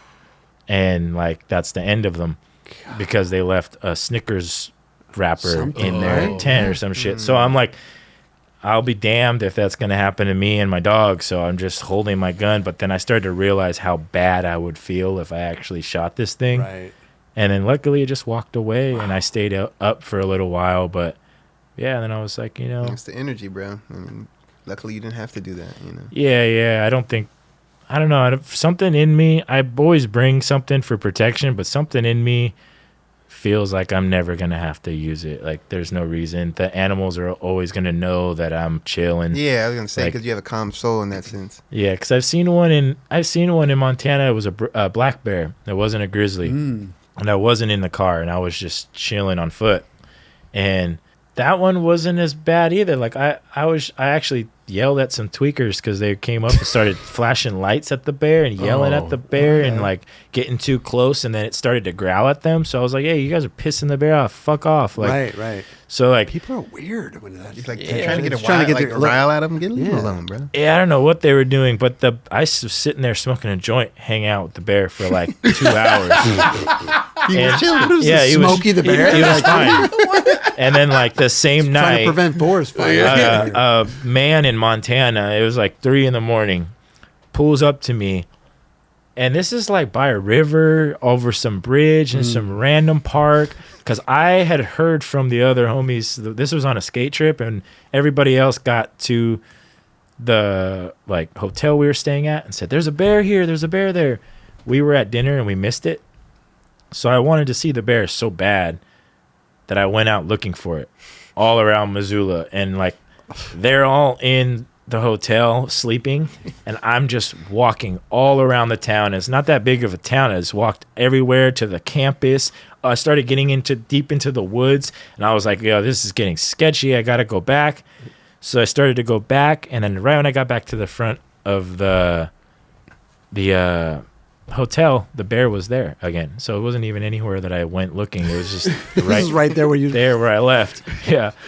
But then on my journey, I was way in the woods by the campus, like way back in some sketchy area, and some random tweaker guy or someone just was like, came up to me and just got real close and started like, he asked me what I'm doing. I was like, I'm looking for a bear. He probably thought this other tweaker was coming up to him. What's going on? I'm looking for a bear. What? And then he's like, I was like, have you seen it? Have you seen one anywhere? And he's like, I seen a bear. And he didn't say anything other than that. I seen a bear. And then I was like, all right, what are you doing? And then he looks at me and he's just like, I don't know. And that was just like, I don't know. And then like when he said that, I was like, what the fuck? It's 3 a.m. This dude's way out here in the woods. He doesn't know what he's doing. And then he's like, and then You're doing the same thing. At least he knows. You are. He's looking for a bear. I answered the question at least. He asked me what I'm doing. I said I'm looking for a bear, and it was honestly what I was doing. That's true. Okay. What are you doing? I don't know. I was like, oh, Wow. whoa, okay. And he's staring at me, and he's gripping this flashlight. He's got like on 2 hands. He's just gripping it and moving it around. He's looking at me, and he's like, I don't know. You sure it was a flashlight? Yeah, I looked pretty close, and I was like, yeah, it was a He's flashlight. probably on another podcast right now talking about the same another tweaker that he saw Yeah, it was looking for sketchy. a bear. That man freaked me out more than the bear. So, But you saw the bear. He was in front of the hotel. in front of the hotel, hotel. there was a big pile of Cheerios and French fries. And the bear, I watched him as I sat there and smoked. He ate every single Cheerio, and he left every single fry. And he Wow. just was like, Oh, he wasn't interested in the fries. That's- Was it honey nut or just regular? honey nut Yeah. Cheerios. Yeah. Not true. I was like, fuck those fries. Those aren't good for me. Yeah, that's what I'm I was gonna about eat to these say. Cheerios though. That's so crazy, bro. Animals know. I think about that. Like what the animals are eating of our food that they like and they leave, right? Because they're not going to eat some bullshit. Yeah. They're going to eat what they think's Honestly, good for them. I'm not. It turned me off of fries after that. Like, I don't. Straight up, I man. don't really eat fries that much, like to begin with. But after that, I'm like, when people are like, "You want fries with that or what? Your burger?" And I'm like, "No." Like, I just think of that bear. Give me some And I'm Cheerios. like, yeah, that bear doesn't like you got- know something. You got honey nut. I mean, Honey Nut Cheerios got crazy chemicals in it, so I don't know. The bear might not know cares? too much. I mean, maybe it does. I don't know if it does. But I like to think that the animals know. Okay. Hey, I Well, know, bears I'm like saying. honey, right? Oh, yeah. They like Bears, honey. Honey's natural. Yeah. Yep. What do you think about Bigfoot? Do you believe in Bigfoot? Have you ever went out and looked for Bigfoot? I don't know about Bigfoot and all that. Like, I wouldn't put it past. There's so much land. I've been recently seeing like how much space there is for things to be anywhere. I know that there's so much bullshit about Bigfoot that's up and like fake stuff. Okay. And like there's been people in the past who are like, yeah, you know, like I went out with these fake footprints things, you know. They So, stamp like, them. and all the like Right. there's all this fake shit. So I don't really know whether or not what to believe in with all that, and I'm not really interested because I've never seen anything like that before. I have seen some weird like ghost type shit in the woods and in the desert, mostly in the desert, but Sure there wasn't like a mirage or something? Like you're dehydrated? it would have to be, yeah, I don't know, that's the thing. I've never had an hallucination like that before. I've never known anything about like I don't know, they're it's like a fucking, what is it called, like a skinwalker or something. Oh, I've heard, yeah. But Skinwalker. like, so I recently kind of found out what it is, and it's like a Native American actual like mystical creature. And there's a real name for it other than that. It's like Yinaldalshi or some Nilaldushi, or I don't even know if I'm saying it right or what, but there's like a real name for it. And it's actually like some Navajo thing where they really believe in it, and it means something really real to them. That's where it's come from. And That's like where the origins of it is. And it's weird because where I seen something that's similar to that, it's on a land that's nowhere near the Navajo. But then I start looking, and it's like everywhere is, like native land. Where I live is Kumeyaay, all Kumeyaay land. Like everywhere has their own different natives that live somewhere. Whoa. that's it. And I seen some shit like that There it is. recently in the last place that I went camping. Yeah? And it was kind of just taught me to like think twice on the crew that I bring. What do you mean? Why? Like when I go out, certain places. I mean, I go regardless. I go by myself sometimes, but at least where I went to, where I seen this, I'm not gonna stop going there. I like the place too much. Okay. So I'm gonna keep going there. But The skinwalker didn't deter you. no, What about no. the crew though? Why wouldn't mean- you bring a certain crew? Well, Would you bring Kelly over there? I'm not going.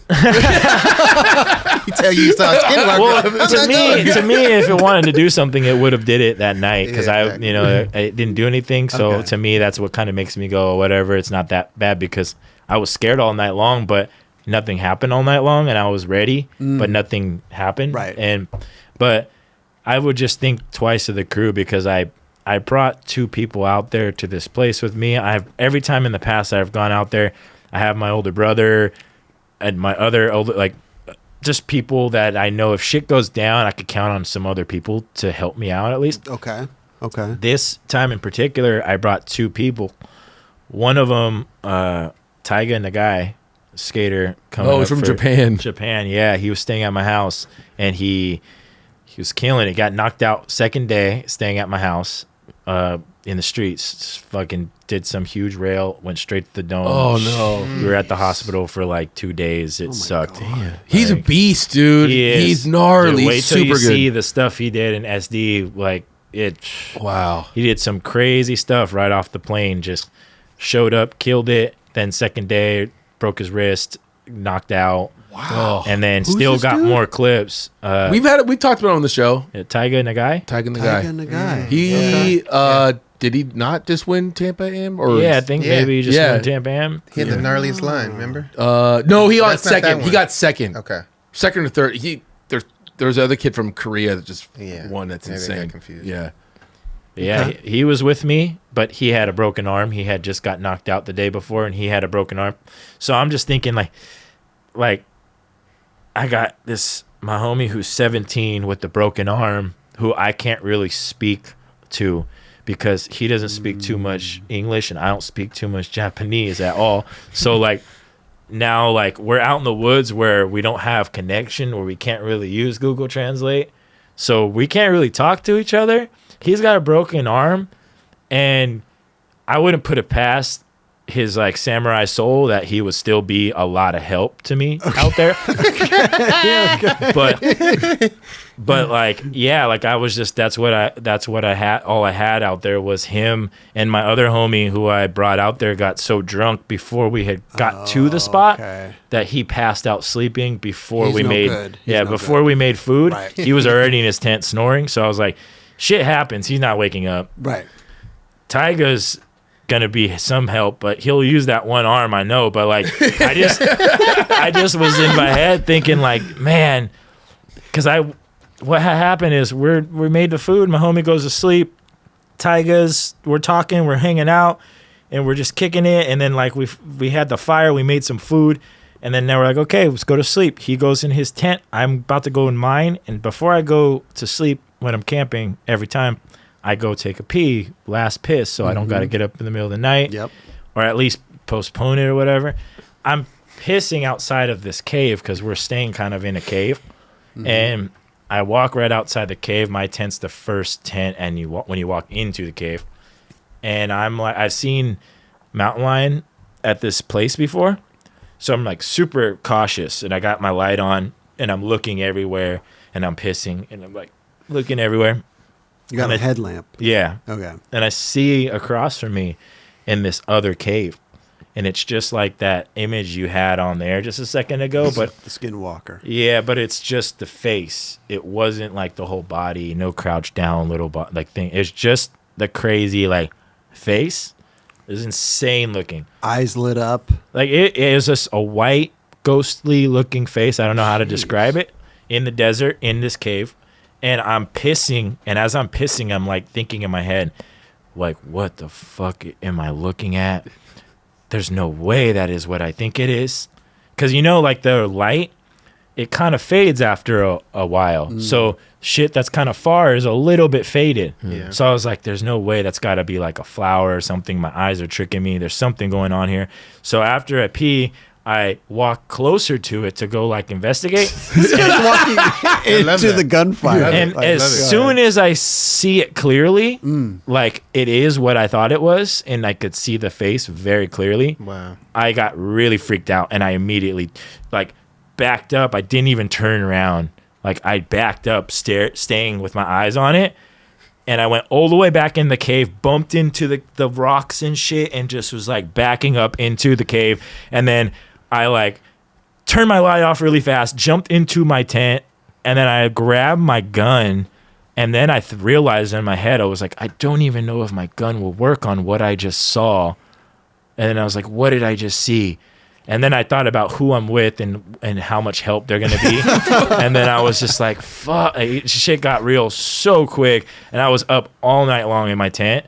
And if that thing, whatever it was, wanted to do something, it would have came and did something or tried to do something. Nothing happened. So I'm kind of interested to go back to this place, but with like a bigger crew. So that's why you want to know who you're taking with you. Right, you're not taking safety Kelly. precautions. You're not. Hey, I don't even think about taking weed, dude. Was it something like this where you? Oh my god! Oh no, it wasn't like that. No? It was like the other one. There was no horns on it. No horns. It was like the other one. The mouth was open. It was open. Like it was fucking crazy. In the morning, did you go over to where? I went over in the morning. First thing I thought, I was like, I'm gonna go investigate that area.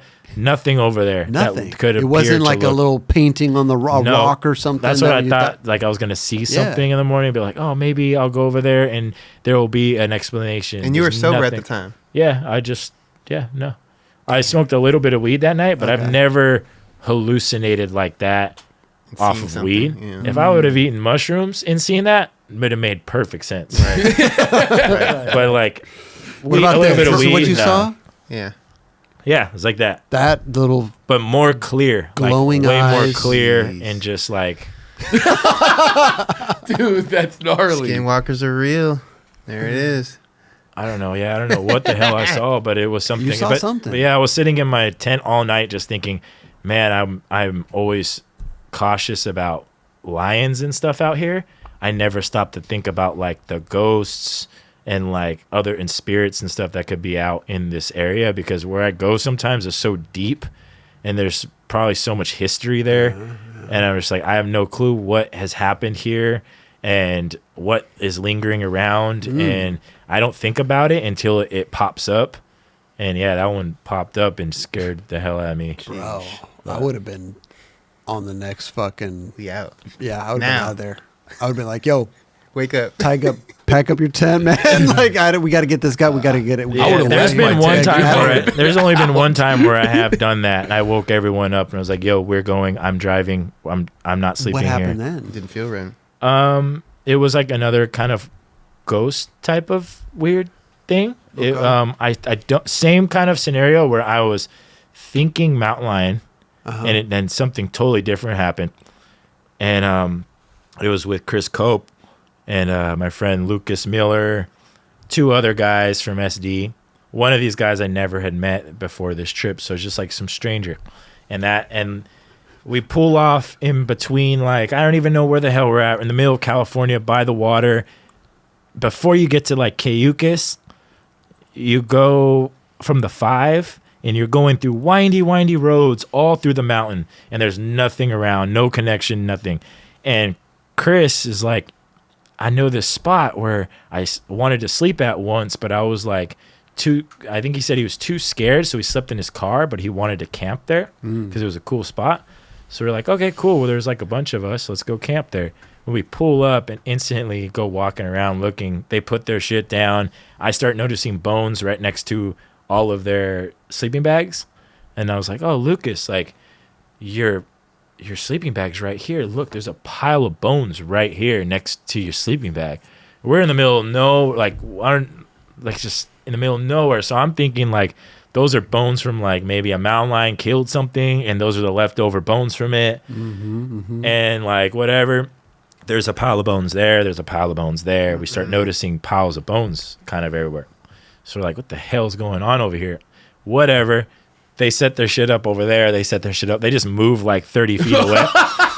And they're just like, we'll just go over here. And like, kind of like a burial ground and shit. He puts his like hammock over this one area that's by the water. And Chris is like, I'm going to sleep right underneath him. And then this trail that goes into some caves that's deeper into the forest.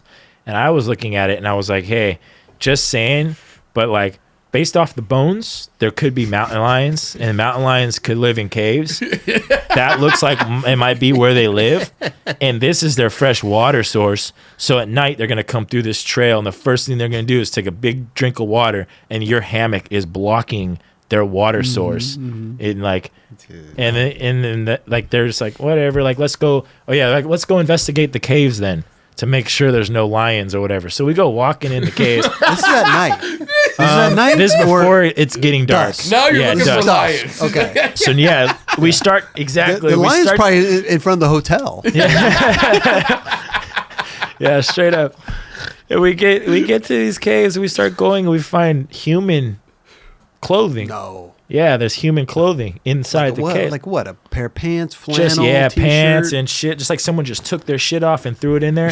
Weird shit. There's like human clothing all in this cave, and we're like, we start to go a little deeper, and we feel like something's not right, and we're like, if we don't have anything to protect ourselves, if a lion pops out and kills us, we're literally just going into their home, and we're just gonna get mauled to death. The lion's den. Yeah, we're like, what are we doing? Like, we realized what we're doing. We're like, we went in the cave to check if there's lions. And we're like, we shouldn't do this. We should probably, we retreated. And we went back. And then they slept in the hammock. And he slept underneath him by the place anyways. And then I slept, the two other homies slept in the car. And I slept underneath the back end of the car, outside, on the ground. Okay. Because it started to rain a little, so I just got underneath it. Okay. And now it's nighttime. It's starting to rain a little bit. It's like lightning, like you're at like typical creepy ass night. You're in the mountains. It's lightning. You can't hear shit, and the river's flowing. And where they're sleeping is far enough to where I could scream, and they're not going to hear me, and they could scream, and they're far? not. Yeah, it's kind of a walk from the car to where they're at. Okay. So I'm sitting there now, and I'm trying to sleep, and the whole time I was thinking mountain lions, and I'm finally getting to the point where I'm drifting off to go to bed, and I start to hear crunches, like it's like someone. It sounds like someone with boots, like big steel toe boots, walking on like sand, gravel, and I can hear it, and I'm like listening at it. And I'm like, okay, this is weird. And then it stops. And then it's getting closer to me and closer to me. And as it's getting closer to me, I'm like, this is really freaking me the fuck out. I don't know who's walking towards me right now. But then I had my Carhartt jacket, and I put it over my whole head. And I got my phone out, and I tried to call Lucas, tried to call Chris. Neither of them picked up. So, and I didn't have any service. So I was like, fuck. And as soon as it went, no service. And then as soon as I hung up and took my phone away, I heard the get closer to me, to where like it sounded like it was right outside of my car jacket, like standing next to me. And I sat there frozen. And then it was just like a noise of like a girl going, It's like the fucking creepiest little girls hum. Turn like, the lights off, man. We need to get in the mood here. This is nuts. Yeah, it was like right outside my car jacket, just, and then like I fucking freaked out. I ripped it off, and like nothing was there, and I instantly opened the door and woke up one of my homies. He would not wake up, so I woke up the kid that I was just meeting and didn't know him, and I was like, hey, I don't know you and you don't know me, but you're coming with me to go get these guys, because I'm not walking alone through that woods. Like, we're getting the fuck out of here. And so I had him walk with me to go get them, and we got over there, and Lucas is passed out, and Chris was underneath wide awake. And I remember asking him, or I told him, like, yo, we got to get out of here. This isn't right. Like, I'll drive, but I'm not sleeping here. And he's like, what, are you hearing something or something? And I told him, and he's like, okay, yeah, because I've been sitting here underneath Lucas. He's like, I've been listening to voices. It sounds like people are talking, and I've been trying to make out what they're saying. But like, goodness. I don't know, like, he was hearing shit too. But it got so close to me where I was like, oh hell no, we're getting out of here. Like, but that one was creepy. I don't know what it was. I didn't see anything. It just crept up on me. And when your you know what your ears are hearing and what your eyes are seeing. But the fact that he heard something too was validation. Yeah. That you weren't crazy. Yeah. But wait, does something like that happening, does it make you just like, I'm not going to do that anymore? You still just want to go out camping like that? Yeah, I mean, everywhere in the world has crazy places. I mean, I believe in like spirits and all that shit. I've had spirits kind of mess with me in houses before. So I know spirits are real. I don't know what spirits are or ghosts are or if it is a real thing with a conscious mind. Right. But I know that like there's energy that messes with you in certain places, and some of it is friendly and some of it is darker. Mm-hmm. And some people are more receptive to that. You know? Yeah, I think you're more like, it's almost like you're allowing it like as a free spirit to like, if you want to fuck with me, fuck with me. You know what I mean? Yeah. Well, yeah, like that's what, and it's like some people too who don't believe in it. It almost is like Tinkerbell, where it's like you don't believe in it, it's not real. Right, and then like if you believe in it, it could be very real. And that's it's just true. Like, yep. And it is like that where you're like, if you're like, oh, go ahead, fuck with me, and then it will fuck with you, and you're like, yeah, it's fucking with me because it knows I'm the only one that is paying attention to it. Yes. And like, but yeah, it's like there's energy out there, and it's all around. You just gotta like pay attention. Crazy, bro. Don't let it corrupt. You ever seen like a ghost skater thing going on? Any like skater vibes? Ghost skater? No, I feel like there's a ghost dog in my brother's house. I mean, that's one of my graphics is like a little orange toy. Uh-huh. And then it's like a ghost that's coming out of the toy. Oh. But it's just based off of a toy inside of my brother's house. You have to squeeze it for it to make noise. Okay. Like you have to squeeze it. There's no way around Got a little squeak. Beep, beep. Yeah. Screw. Oh, yeah. Those little dog toys. Yeah. And like typical. He just places it up on a counter like this. And it'll just be chilling there, and there's like the TV, and you're scrolling through Netflix, and you're looking for something to watch. It's completely silent, and wow, all the time, just randomly, and it just goes off. And he's like, "Did you hear it?" Because he's been telling us about it for a long time, and we're like, and he didn't throw that shit out yet. No, he's like, Dubs would have been like, I got problem. I am done with this. No. I'll solve the problem right now. No, he said, I don't want to piss off no spirits. If that's what that thing likes, what happens if I get rid of it? It's gonna be pissed. There you go. Yeah. Angry at me. Dubs, you can't throw it out. Yeah, I have to keep it now. Because now we just got we got used to the screw. Yeah. We just know like, oh, it's over there. And I've had like, I think it's a playful spirit, whatever's in his house. I've slept in his house, but I'm like on his couch all out and by myself, and had plenty of time alone in his house to where like, this is weird, but I ate a lot of mushrooms once in his house, and I went to the bathroom, and I feel like I was able to see the spirit in a sense. Okay. In the mirror.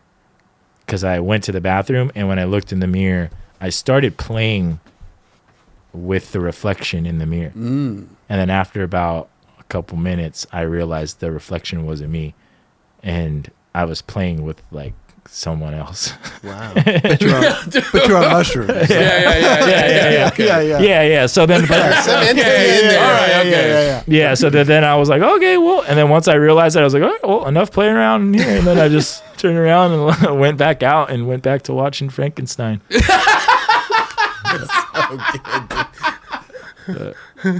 You forgot to mention that. You were watching Frankenstein, and then you were on shrooms, and you went to the bathroom. Oh, dude, watching Frankenstein on shrooms. Great movie. Well, listen, man. Congrats on going pro, and like this is skating. I mean, bro, like you're on fire, bro. You're killing it. This is great. Well, I want to ask. I love it. I love it too. But like skating street on that board, you've done some big stairs. How does that work for you? I mean, obviously it's probably just normal, but like, I watch you skate street, and I'm like, how the fuck is you doing on those boards? I don't know. It was hard at first, I guess, to figure out the footing to do certain things. That's a board. That's the ghost one. So this is real. Look at that, dude. Yeah. It's real enough to put out as a graphic, bro. I love it. But yeah, I would skate these boards and just like it started off like I don't know, when I'm just kind of feeling it, I go for it with this board.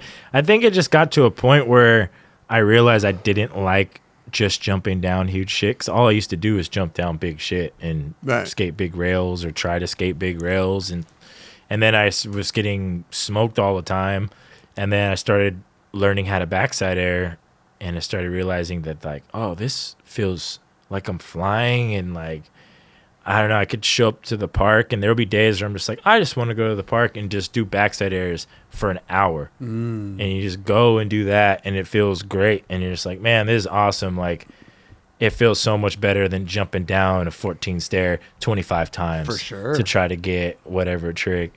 And yeah, I don't know. And then I just started doing that and getting used to that. And then that shape board makes the ramps a lot more fun. And to me, it's like, would I rather have like a popsicle shape and skate more street and not have as much fun skating the ramps, or skate the shape board? And because I'm just like, I tried the whole have two boards, for one for this and one for that. And I don't like having like switch off things. Like I'm a person that just gets used to what I have. Right. And like if you cut off this piece of wood right here and put some trucks on it and give it to me with some grip tape, I'll get used to it after however long I skate it for. It's just like I don't want to have one for this and one for that and one for that. Yeah, I'm the same. Yeah. But every once in a while, I'm like, I get the itch to do something. I'll ask a homie, like, yo, could I see that real quick? And then I'll skate it, and I'll be like, oh, that was fun. And, you know, the other day, I felt like doing back nose blunts on, like, the quarter pipe. And I was just, like, doing these little back nose blunt slides. And it was pretty fun. I've never done back nose blunt slides ever in my life. Really? Yeah. Well, you have no nose. Yeah, but even when I did, I just never have done them before. So I just randomly got on his board and was like, you know, I'm going to try these, and it was working. And I was like, oh, that's sick.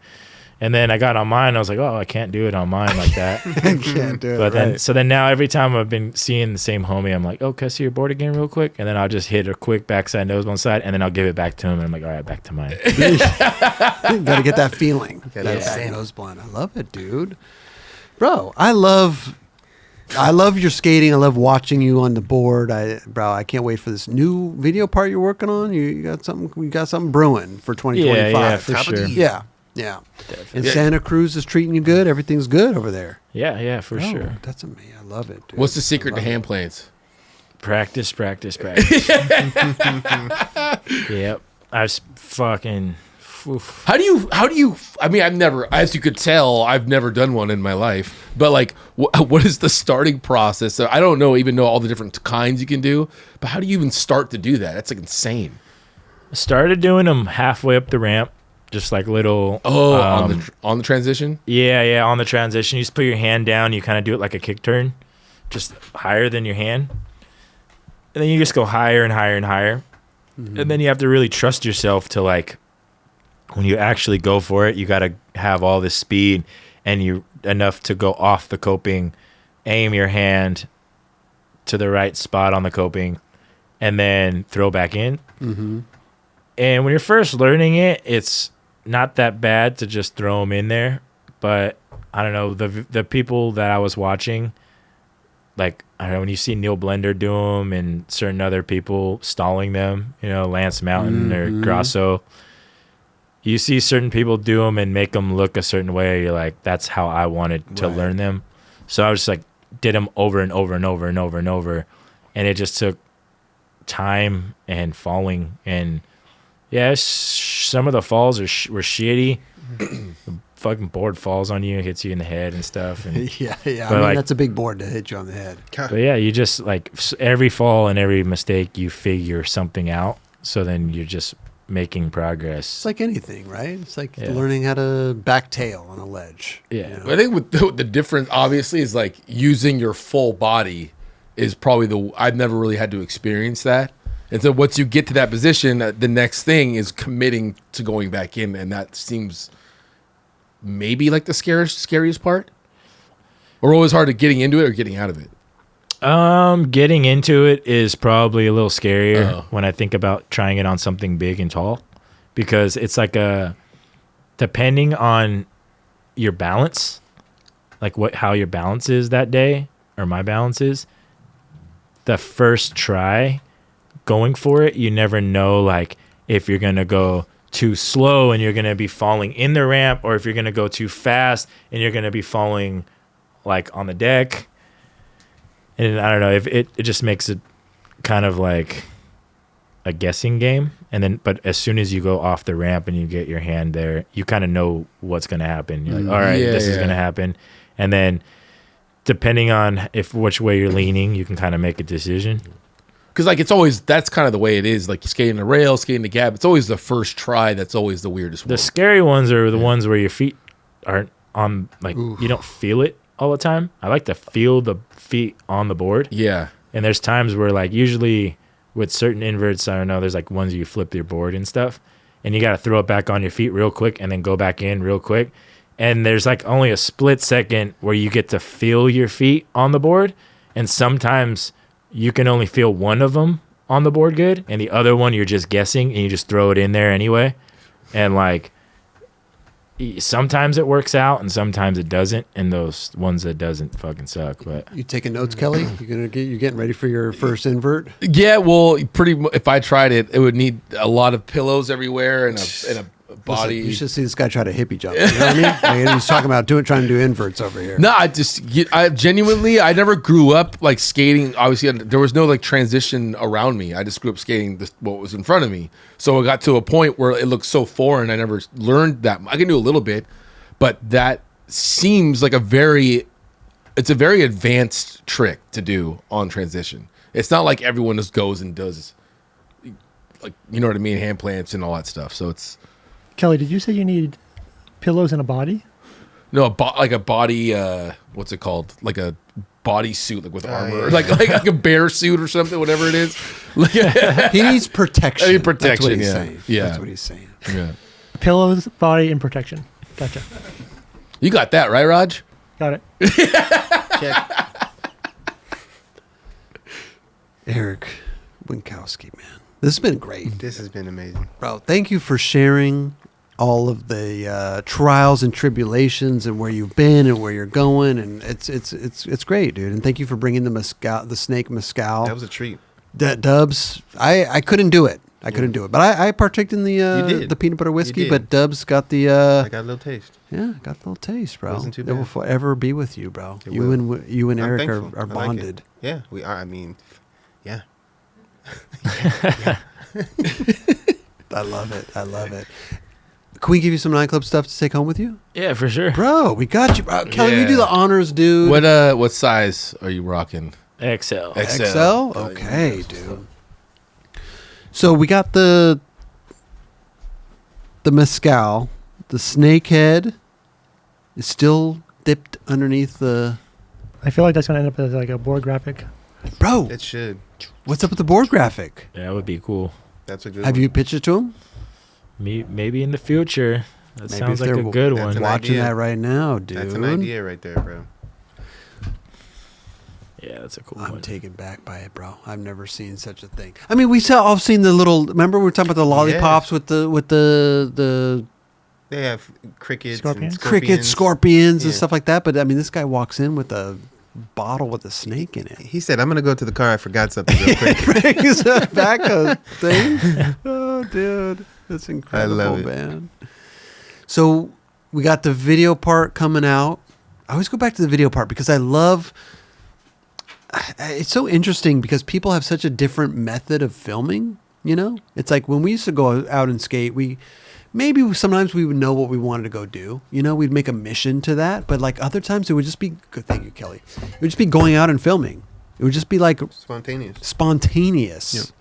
The spot would speak to us and we'd skate, you know? Yeah, that's kind of how I feel. Yeah.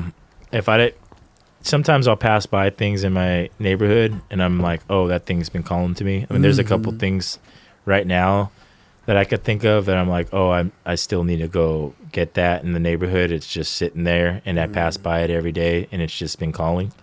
But yeah, usually it's what you just said, where it's just spontaneous. I'm on a trip somewhere, and there's just like random, you know, there's this. It just hits the right time, right place, everything, and you're just feeling it. And I don't know. Usually, I pick and choose what I'm gonna do these days after like so many injuries. Right. I used to be more like every spot, everything we go to, don't care. I'm just gonna skate it.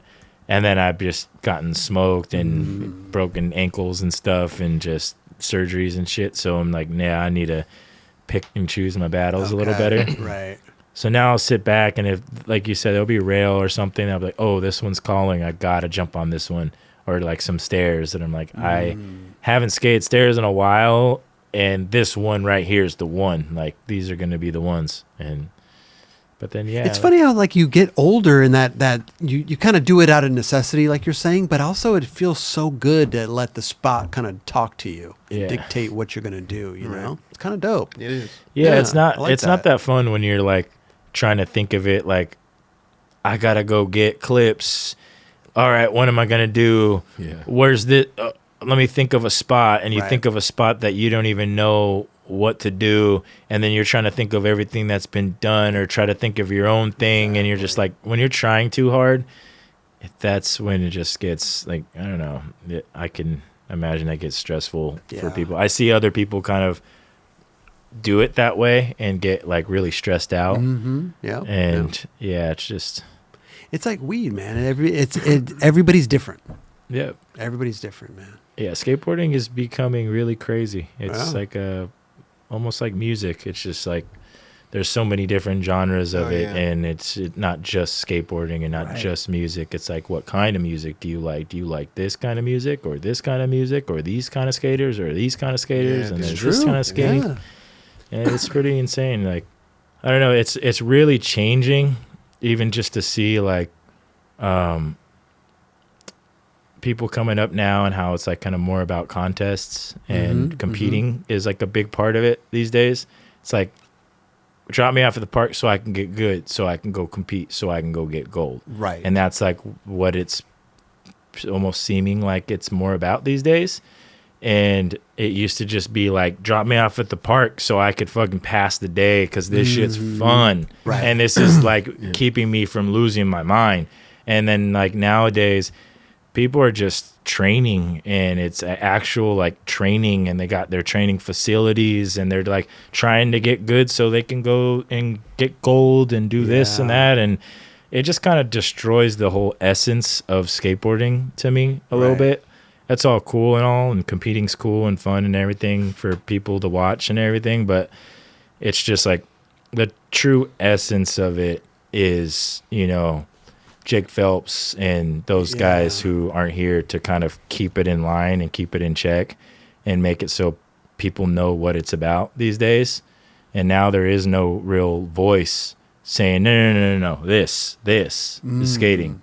Fuck all that. And now it's just, I open the magazine, and honestly, it's sometimes I'm disappointed these days. I open it up and it's too many modeling pictures. I don't want to see nobody that's not skating. Like, you're just going to be sitting there like hanging out. Like, I don't know. When I get asked to do a model fucking page, hey, can you stand here and just like, you know, stand there and we'll take a picture of these? I'm like, if I'm not skating, what's the point? Like, you're just going to put it in the magazine and just put me standing there? Like, I don't know. I'm not that guy. I just would like, certain dudes don't feel comfortable with it. For sure. And it's not even about comfortability. To me, it's just like, I don't want to see that. So I couldn't imagine someone wanting to open up and see me. Like, I want to see this guy stand there. Yeah, just seeing me stand there. It's not like I'm. It's fine to do it, but like, I want to open the magazine and see someone doing a badass trick, you know, and not just standing there in some drip and like. I'm like, all right. So. Oh my god. I love that. Yeah. For so the magazine needs to up their game a little bit. Well, but sometimes they're getting paid from these companies to do so. So it's like well, they're paying for ads, right? Exactly. That's yeah, what I'm saying. So Unfortunately, it comes with the territory. You know, I think it's also it's eras, it's generations. You know, it's like we come from a different generation and a different era. Like the kids nowadays, like it's all so different. You know, it's so interesting. Like the era of like Christian Asoy and Tony Hawk, they base their whole careers off contests. They would turn themselves pro to go, you know, like at contests. So it's so generational. That is crazy. It started that way, right? And now it's like it's coming back around. Oh, definitely. I will say this too. It's so interesting. When I was a kid and I really liked a skater and I saw them like what they wore, like you know what I mean. I was always so intrigued by like I just always remember seeing Mike Carroll on the DC website. I was looking. This is when the internet kind of started, and I was like, I want to dress like that. I want to. He had the 4 squares on his grip tapes. Like I want to rock that, and that's weird to think, but I understand what you're saying. It's probably hard for you to imagine that someone looks up to you to, like they want to look like you, right? So that might be hard for you to realize. I know you don't give a shit about anyone else looks like anymore. Yeah, but I remember I remember wanting certain things like what you're saying, but it would stick out in a different way. So like I remember watching like Baker 3 was one of the first videos I watched too, and I remember seeing like Reynolds' part, and there's like some polka dotted Baker board that he does like a backside heel flip down some stairs, and you just see the board real quick, and it's just real fast in that little clip, but that was enough already for me to go search and hunt down that polka dotted Baker board. 100%. It's like you don't need to have Reynolds having a whole ad holding a Baker board with polka dots next to it, you know, to get you to buy that Baker board. Just have them go film a clip in it and it will do its thing, you know. Like True. So that's my whole point is like I get what the idea is, but it's just there's other things that stand out. That's just a piece of part of marketing madness, you know. If you're looking to look in the magazine, you want to see skating, nothing else. I understand. Or at least less of that. Because the other day, I remember I was with Rhino and I was pulling through the pages and I was like, what's up with this Rhino? There's 3 pages in a row where it was just like, just a guy standing, another guy standing. And I'm like, what the hell am I looking at? I forgot what kind of magazine this is for a second. Like they could curate it a little bit better than that. Like I'm sure they could have spread that. It's all about the who's advertising though. Like you said, right? Yeah, like, what I'm saying is like they could be more strategic about it. And where they're placing back to back. It could have been placed towards the end of the magazine or towards in the middle. I don't know. What about a guy laying down on grip tape? I was just gonna say, dude. Like you look right here. This is our 9 Club. This is my 9 Club ad right here. This is a 9 Club mob. You don't want to see that? You want to see that? Yeah, I want to see that. You can't even answer. Look at that. I still have marks on my ass from laying down those grip tapes, man. Yeah, that's good. That's not bad. Okay. Hey, that's cool you call it out, though, dude. That's cool that you call that out. I just think, some people need to these days. Everyone's just trying to follow the flow, and it's like, I don't know, that's what those guys stood for was just their voice, speaking their mind. And some of those people like Grasso aren't here no more to kind of speak their mind. And it's like there needs to be more people speaking their mind because, I don't know, everyone's just like studying what they got to do to get gold. And you're the guy, man. No, I don't think so. Listen, first of all, 9 Club. Hold on. Dude, Eric, thank you so much. This has been so much fun. We had a little fun. We had a little Mescal. We had a little peanut butter whiskey. This has been a great episode. We're going to hook you up. First of all, we got the 9 Club. We got to stay hydrated out there. Damn, that's nice. Talked about dehydration. You can fit snake in there. You can fit, if you want. Put the Mescal in there. You know what I'm saying? This is dishwasher safe. The Yeti. Wow. Go ahead. That's for you, bro. Damn. Right. You drink coffee? I know you drink coffee. You've been sipping on coffee this whole episode, dude. This thing will keep your coffee so hot. That's cool. I need one of those. Bro, and then it fits in your cup holder, too, in the car. It's beautiful, man. I use it all the time. Pretty I've been tight. drinking my whole tea tonight with the Yeti. Skull Candy, we want to hook you up. I know you're out there skating, different stuff. You could put your music on. Put the little terrain mini on out there and get a little, Set any mood. Get a little music going on your skate sesh, bro. Damn, this is sick. Right? It's not bad. Shout out to Skull Candy, dude. Waterproof. All right. Also, yeah, man. Gonna give you a 9 Club shirt right here. We got the XL 9 Club college script right there, bro. Sick. Also, we got sweatshirts and stuff too. We'll hook you up, dude, after the show, bro. But thank you. There's a 9 Club. Also, It doesn't end. we got the bolts, bro. We started a bolt company. Okay, you're on. Nuts and bolts. You're on. All right. Okay, whether you like it or not. Here's your first package. Sounds good. 2 packages of bolts. I needed bolts. Do you? Yeah. Anytime you need something, you holler at us. What do you? Yeah. Do you need Allen or do you need Phillips? Get both. I mean, you got the tool in here, so I'm good. Yeah. Okay. We got the Allen key. But- Those are 1 inch. I didn't know. I thought maybe you had risers. I think I do. Okay, 1 inch is perfect then. Also, we talked about the Bible Thrasher. We got some stickers here. We do give photo incentive. When you get the cover of Thrasher, $20. If you get a modeling photo with that, you get 40. Still $20? Yeah. All right. Listen, if Erick Winkowski gets a modeling photo in Thrasher, dude, $20. Okay, yeah, okay, let's go, bro. Yeah, All right. we do it old school here, though. You need to photocopy it. You need to send it to us with the little invoice, and that's how you get your money. All Okay, right. we're not just Sounds going to good. pay you just because we see it. You know what I mean? Yeah. Yeah, you got to do it old school. Yeah. Oh, dude, we're gonna get Charlie to do a little ad for us. Oh, dude. Be careful. Yeah, Be careful what you, you know, be careful. Dude, Eric, dude, thank you so much for coming on. bro. Thank you so much for sharing all of your stories and everything. I had a great time. I'm sure Same. Dubs and Kelly had a great time. Of too, course, man, hell yeah, and dude. Raj. Thanks for coming, man. Dude. Yeah, for sure. Bro. Thanks for having me. Door is always open, dude. Anytime you want to come back and kick it, please feel free. It's been a pleasure, bro. Thank you. Yeah. Yeah, it's been a great time. Yeah. Watch out for those grizzlies out there. You know what I'm saying? Stay safe.